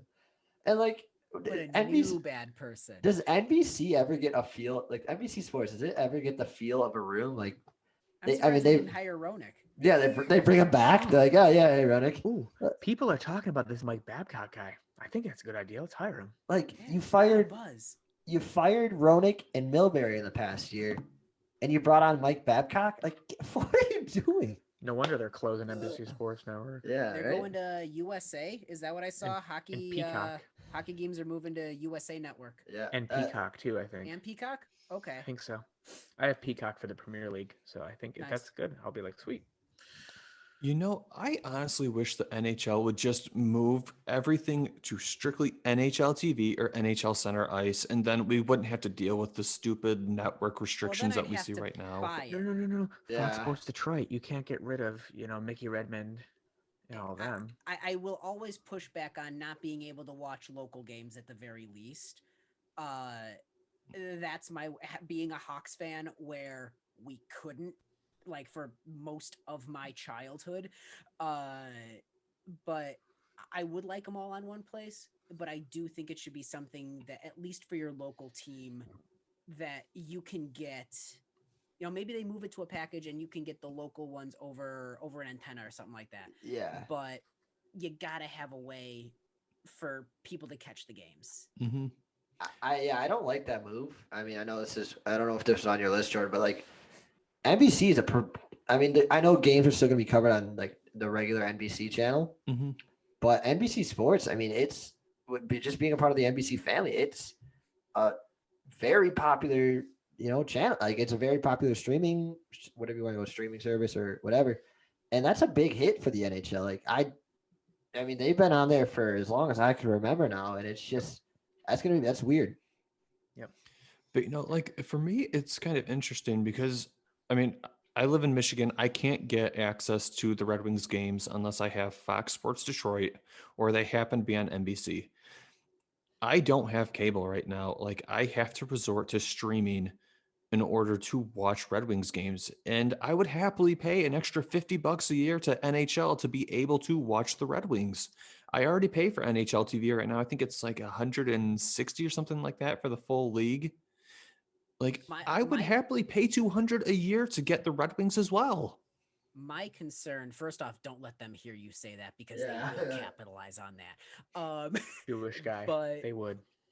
that's great for like people like us that eat, sleep, and breathe hockey, but that takes a huge blow in my mind to regular people and a lot of the revenue that's generated from viewership of just casual fans and Yep, people that are turning it on and flipping through watching going, oh, there's a hockey game on, rad. When you move it all to one specific, the NHL network, you lose a lot of people that are either casual or bandwagon fans, which being able for them to watch the game helps the teams. That's the only pushback I have on that. That's my father-in-law. Like, he likes the Caps. He's more of a football NASCAR type of guy. Yeah. But he likes the Caps. He likes Ovechkin, and with NBC Sports Network gone, if it's possible being harder to watch the Caps, he probably won't really watch them as much. Like he'll be like, oh, I'm gonna watch hockey because it's on. Right. He's But, not like- gonna seek it out. No. I mean, I don't mean like just like exclusively to their platform, but I mean like I feel like these blackout restrictions that they have on their streaming services right now with like Stupid. local teams, I agree. it's kind of like Netflix saying, you know, you can't watch these programs because you live in these states. Like you pay for the entirety of Netflix. Why Mhm. doesn't the NHL do this with their streaming service? I never really understood blackout, like why blackout games. It's stupid. Yeah, Don't do no, it. I agree with that. Let people watch the games. We talk all the time about how the NHL is so dependent on ticket sales and in the stands revenue generation. Well, why aren't we doing things to encourage more people to watch the games? Make him easily accessible for new fans. People in Iowa love the Chicago Cubs because they were on WGN forever. Yeah. Yeah, so they were able to get them in Iowa or Indiana or wherever they, Let's be honest. What else is there to do in Iowa?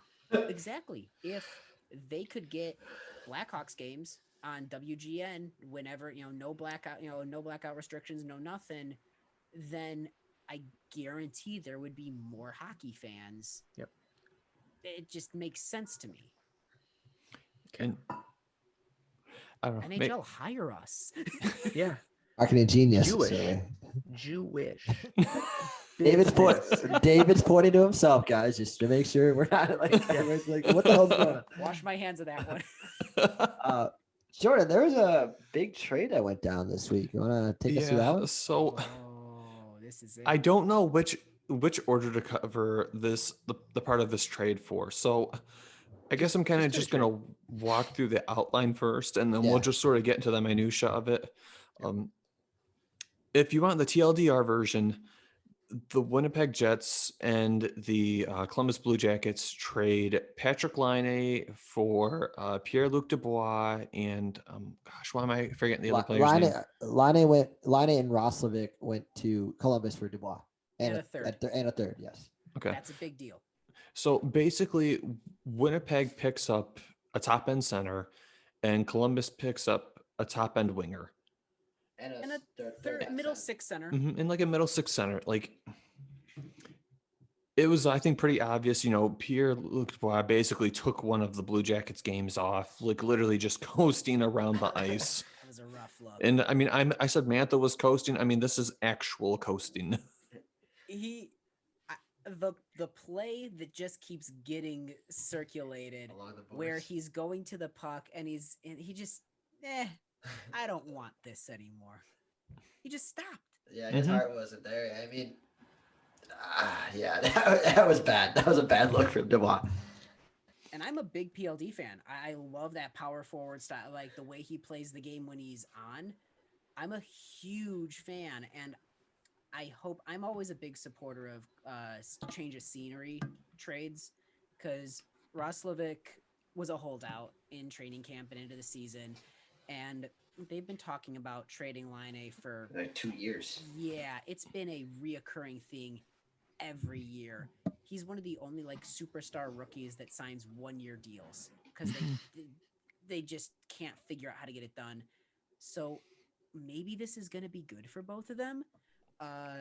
Maybe having a 1-2 punch of Schleifele and PLD is going to be phenomenal for, Winnipeg. I don't know. I think Alexei Terrier is the prospect in Columbus that they're hoping slots into the 1C. Yes, Alexander. Is it Alexei or Alexander? It's something Terrier. Yeah, it's Alex something. Yeah, but Alex Terrier. I think that's who they're projecting to slot in as the 1C now that PLD's gone. Otherwise, Domi. Yeah. I don't know if Domi can feed Laine the way that he needs, but maybe that also encourages Laine to play, whether it's fair or not. He has been characterized as a one-dimensional player who scores a lot of goals, and granted, that's the most important part of hockey, but he has been characterized as no defense, one-dimensional, maybe in this change of scenery and having to drive play a little bit more, he will. Roslovic, I think his best case scenario, he's a 2C, which is incredibly valuable. I think he's most likely a 3C. But these are guys that all three guys clearly weren't happy where they're at, and it's a new start for them. So Yeah, like you have players with attitude issues, hoping that a new scenery, like you said, would help alleviate those attitude issues. I'm going to start by saying, like, for a team standpoint, it's a win-win for these teams. They have both addressed the needs that they want. I mean, all the unhappy players for their respective parties are now hopefully happier. But yeah, hopefully they're happier now. But this just shows how much change, like over time, like your needs change. Like Winnipeg had the opportunity to draft Pierre-Luc Dubois in the 2016 draft, and they took, was it 2016? What did he? He's what, 22 right now, right? When It was Matthews, Laine, Dubois. wow, Winnipeg had the opportunity to draft Dubois, but they took Laine, and now, it's basically like you swapped the number. You swapped the 2 and 3, and Roslovic is a fine player. He's going to get you. He could get you 50 points. I don't think he's really a 60-point player, but he could get you 50. And like you said, a very valuable third line center. He could play the 2C. This trade makes Winnipeg very deep up the middle now. I forgot they got obviously Scheifele. They got PLD and who is it? I don't know Winnipeg all that well. They have one more. They have one. I can't think of it right now. But it just shows how much changes. They're not our teams. Yeah, it shows how much, like, over time your needs change, and like from a team perspective, it's a win-win for these teams. But I mean, from an outside perspective, I think Columbus did get the better end of this deal. Of course. Yes, Of course. They got they got an all-star caliber roster player and an NHL caliber roster player for an all-star caliber roster player.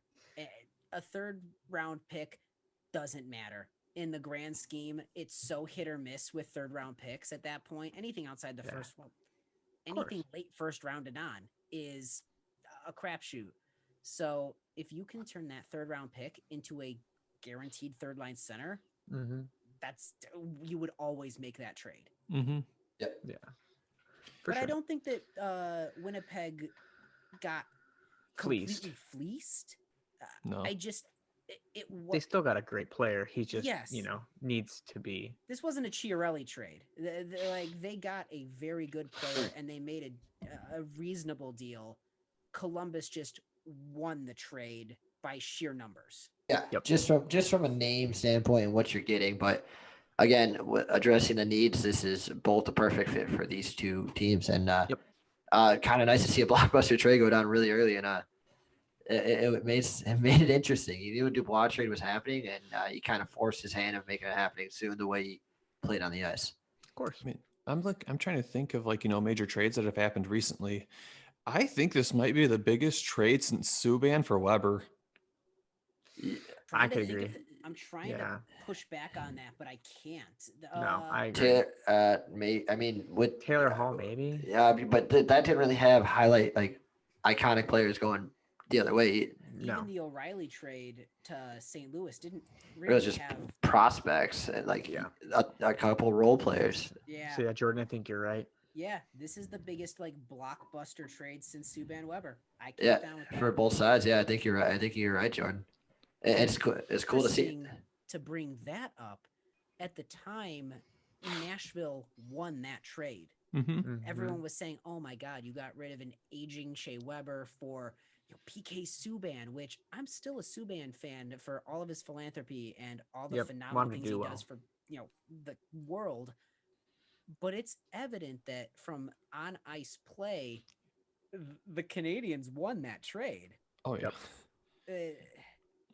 That and now it doesn't even matter if Shea Weber retires because Montreal doesn't get hurt. Nashville gets hurt.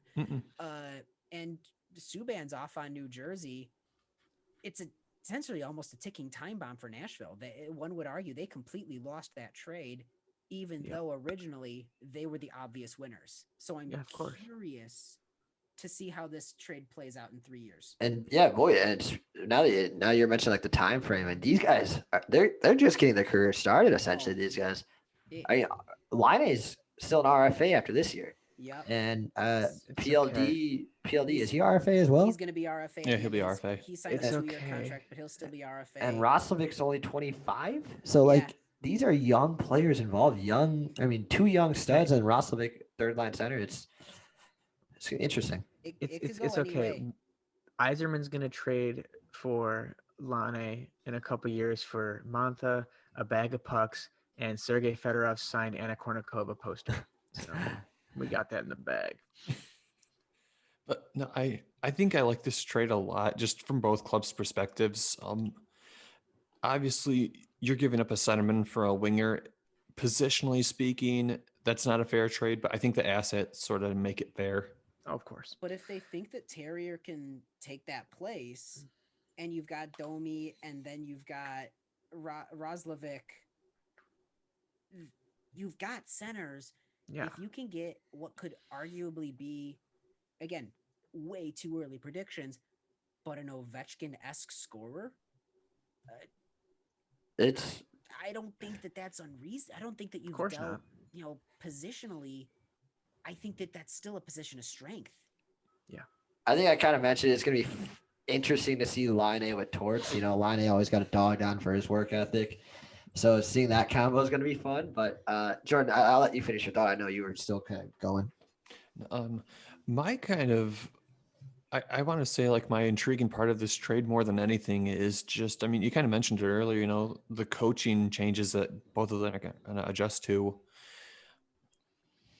Tortorella is not known as, a super like player friendly coach who just pats you on the back all the time. You do good stuff, and just that's so different than what we've seen, at least in the news, for like Patrick Laine as a player, and what sort of coach probably helps facilitate his growth the most. If we're looking at this, obviously you can change head coaches a lot easier than you can trade players. If they really are looking at Patrick Laine to be this top end forward, just generational style winger who can be, 35 goals a season consistently. Mm-hmm.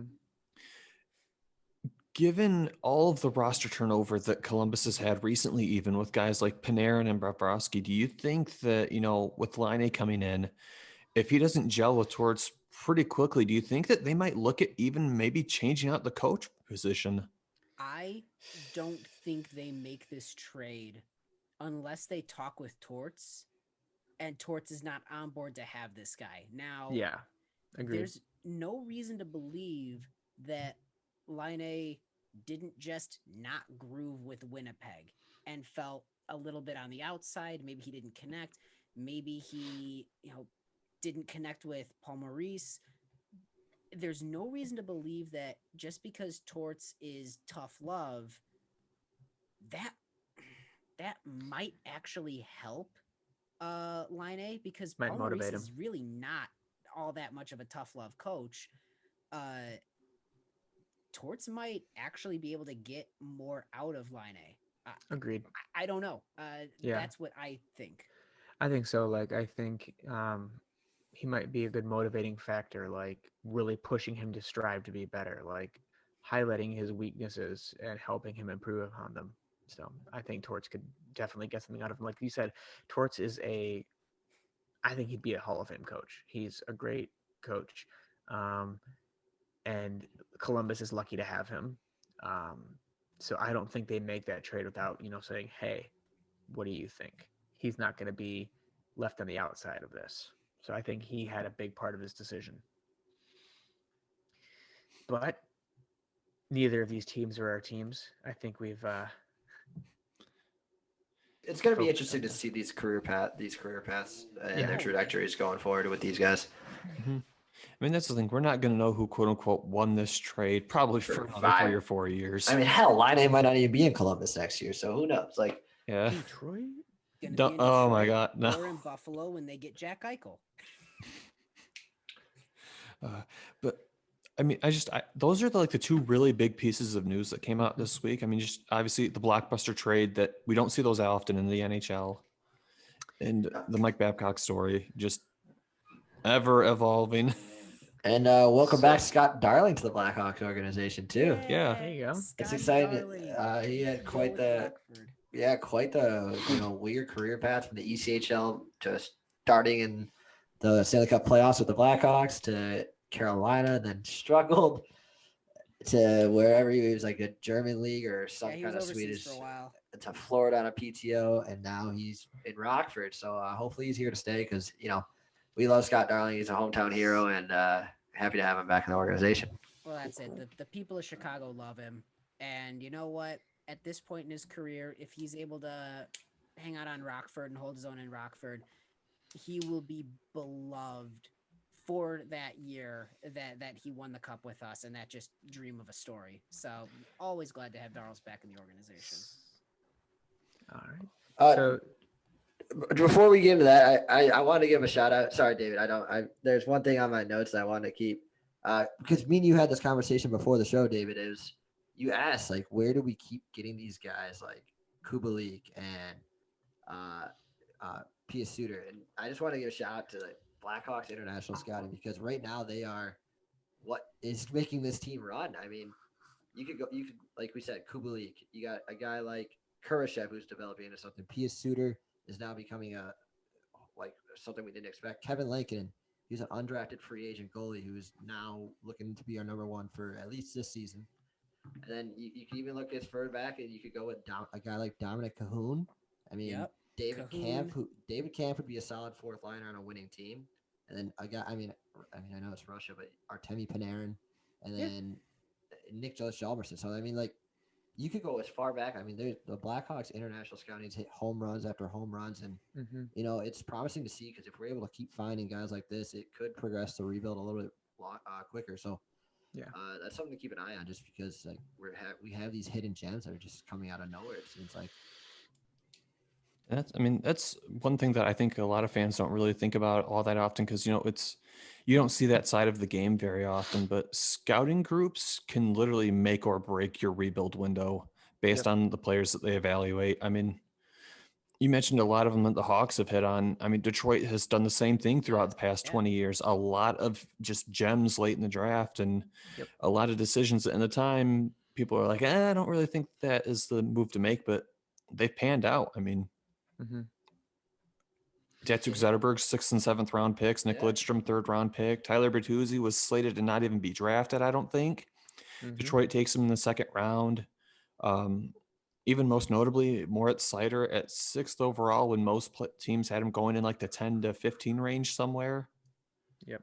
It's all about hitting on these guys that nobody else is watching. And, I think that's something to point out for, we're both going through this rebuild phase and everybody, the question always is, when is this going to end? Well, you got guys like this doing it in the Blackhawks organization, doing their job and excelling at it.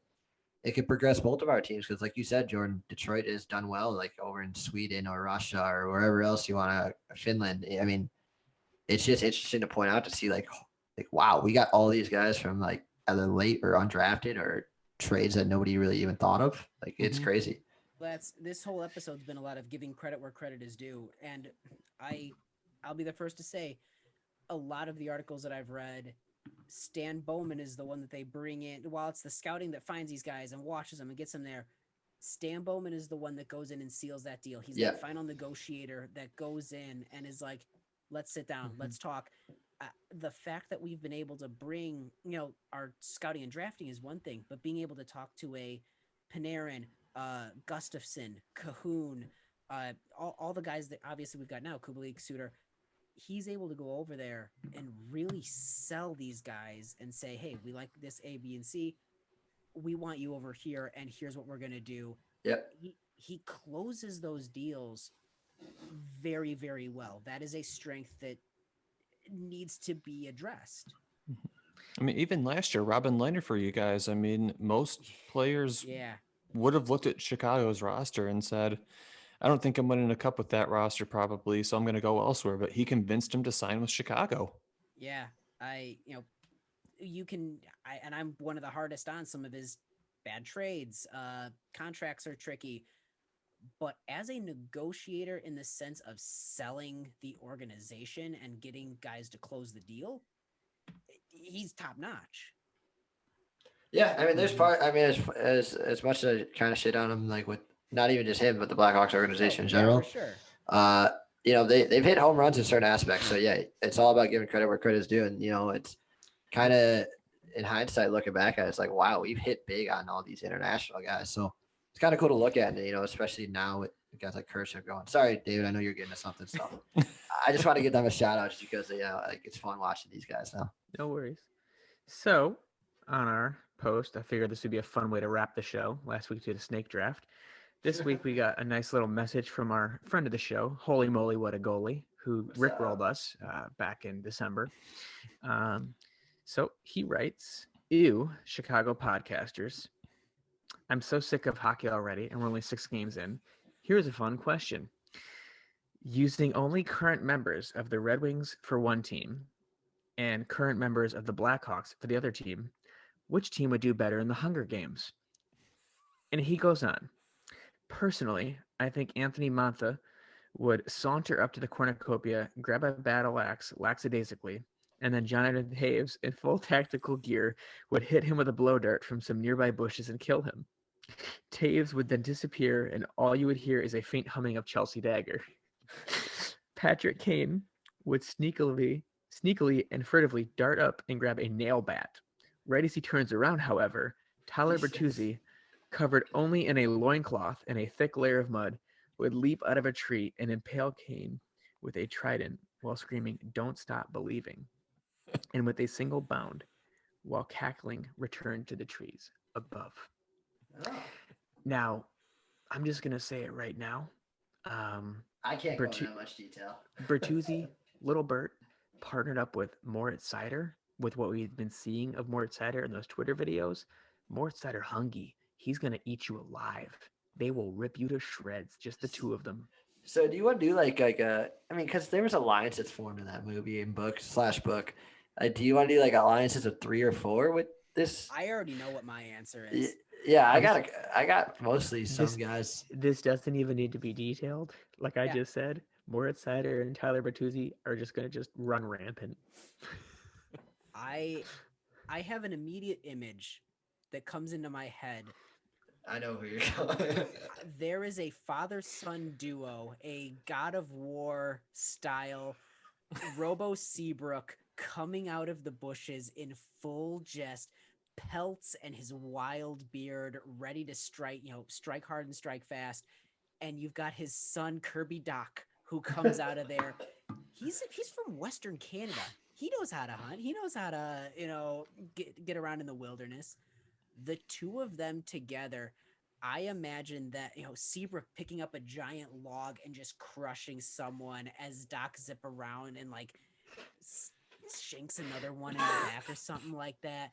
This father-son watch your back, terrifying the Road-esque duo wins the Hunger Games. And holy moly, what a goalie. You okay, bud? I mean, he pops his acid in the morning and just responds to our little Reddit post. Jordan, you can go next. Yeah. All right. So if we're doing alliances and we're doing pairs, if there's a wing combo that's going to win it, I think I would choose probably Anthony Mantha, and I would pair him with Giovanni Smith. Both just big men who will literally just pick you up with one hand and just choke the life from you because they're so big. If Mantha hustles. If Mantha can hustle, yes. Both of them could literally just pick you up with one hand and choke the life from you. Yeah. I like the God of War reference of the father-son thing. I could see Duncan Keith doing that with Adam Boquist, where it's boy, come over here. Oh God. Get me my stick. Glowing locks. Back to the river, Boki, go. Oh Stupid. God. Nick, What do you got? Those are the pairs I'd pick if one of those pairs was gonna win. I love that. Nick, what do you got for us? All right, so I'm gonna go with a little trio. You said one of the names earlier, you gotta go with Duncan Keith. He's just like this God, Tarzan. Like he's got that long hair. He's got camouflage all over his body or something, just blending in. He's grizzly, got that beard, kind of scary, intimidating. And he's a nature guy too. So like he'll be climbing trees and like he is a naturally nature guy. And then you got to go with the crazy Russian who just loves to get hurt and hurt people. And Nikita Zadorov, and like he's just a big mammoth. I can just picture him clubbing guys with logs. And go ahead. Here we go. No, go. I'll wait. And then if your trio needs to be a little weird. Like you got those physical guys, you got those guys that are smart in nature, like those Russians, like Zadorov, who, they're born into like ice igloos, so they're just naturally gifted in the nature. You got to have water. They drink vodka. You got to have a little weird guy to keep the team light. I mean, just give me any one of the. Kevin Lankinen seems too much of a pretty boy. Goalies are weird. Malcolm Subban, I would go with Malcolm Subban because PK Subban's kind of a weird dude. Like he's a weird dude. So I'm gonna go with Malcolm Subban because he's dealt weird and maybe he's got that little bit of craziness in him that would kind of just get him going. I would like to point out that Colin Delia runs a leather work shop. Oh, I didn't know that. Yeah, he's he a regular tans Lawrence hides and Swanson. creates leather. Like he's very good with his hands with like leather tanning and leather work. That's the kind of weird survival skill set that you're talking about there. Wow. So my main reason for picking Mo Sider was just that one hit where in the video he freaking throws a guy in one motion and then checks the other guy. Like 2 people, 1 stone. I'm like, Jesus, him in the Hunger Games with Tyler Bertuzzi, it's just a bloodbath. Tyler Bertuzzi's gonna gnaw on somebody with his 3 teeth. I do want to put forward one completely alternative suggestion. A combination of DeBrincat and Strome, a very like almost Lord of the Flies style where Strome has laid out these many traps and these strategies. Yeah, the smart guy of the group. And you've got DeBrincat just sniping from the trees and whatnot. As little tiny Taro Hiroshi's just behind the scenes, just disarming all their traps. I wanted to put Ian Mitchell in there because I feel like he'd be smart, but then he didn't. He didn't really get to officially graduate college, so he can't be the smart guy of the group yet. So, what hellscape is this? Yeah, that was he's an interesting guy. Goalie. I love Thank it. you. Yeah. But also, do you need a hug? Because I'll give you a hug. Yeah. But thank you, friend. No, thanks for listening. Holy moly. Your questions are appreciated. Your trolls or whatever you want to Keep call them coming. Keep them coming. I mean, that just shows what kind of questions we'll answer just about anything on here. So, well, thank you guys so much for giving us a question. Holy moly. I look forward to your next one. Yeah, Jordan, take it away. All right. Take us home. That was a fun note to end it on. If you're still listening to this podcast, we appreciate all of you guys who tune in every week to listen to us ramble. At the end of the day, this is a show that it's by fans, it's for fans. This isn't, a corporate run show with sponsors and all that. It's a podcast for us, but also for you guys, and we enjoy doing it. If you liked what you heard, there are plenty of ways to get in contact with the show, whether it be through Facebook. You can find us on there. You can find us on Twitter at StickBladePod. We're on YouTube now. You can find us on SoundCloud, soundcloud.com/StickBladePodcast. You can get in touch with us via the old-fashioned email if that's the way that you want to do it. I mean, there are just plenty of avenues for you guys to get in contact with us. We post our episodes on Reddit, on at least the Red Wings sub, because they actually let us post them in their own separate threads. They dummy me on the Hawks side. They just put me in a locker. But there's so many avenues for you guys to get in contact with us, and we enjoy interacting with you guys. I mean, the question today that we got at the end of the episode, it's a fun discussion topic to sort of have, and it's off the wall. It's different. It's something you're not going to get on a regular, run of the mill podcast.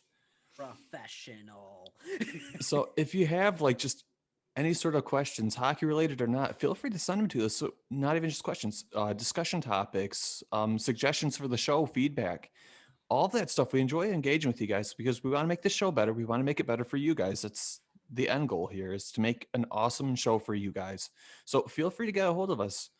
With all that being said, though, this is the end of the show. For your host, Jordan Lynn Scott, and for my co-hosts, Tim Stompanato, David Barnhouse, and Nick LePage, this has been another edition of the Stick Blade Podcast. You guys have a good evening, morning, whatever time of the day it is that you're listening. stay safe, take care of each other, take care of yourselves, and have a good week. We'll catch you guys on the next one. Go Hawks. Holy moly, you go fight that hurricane by yourself. You do it.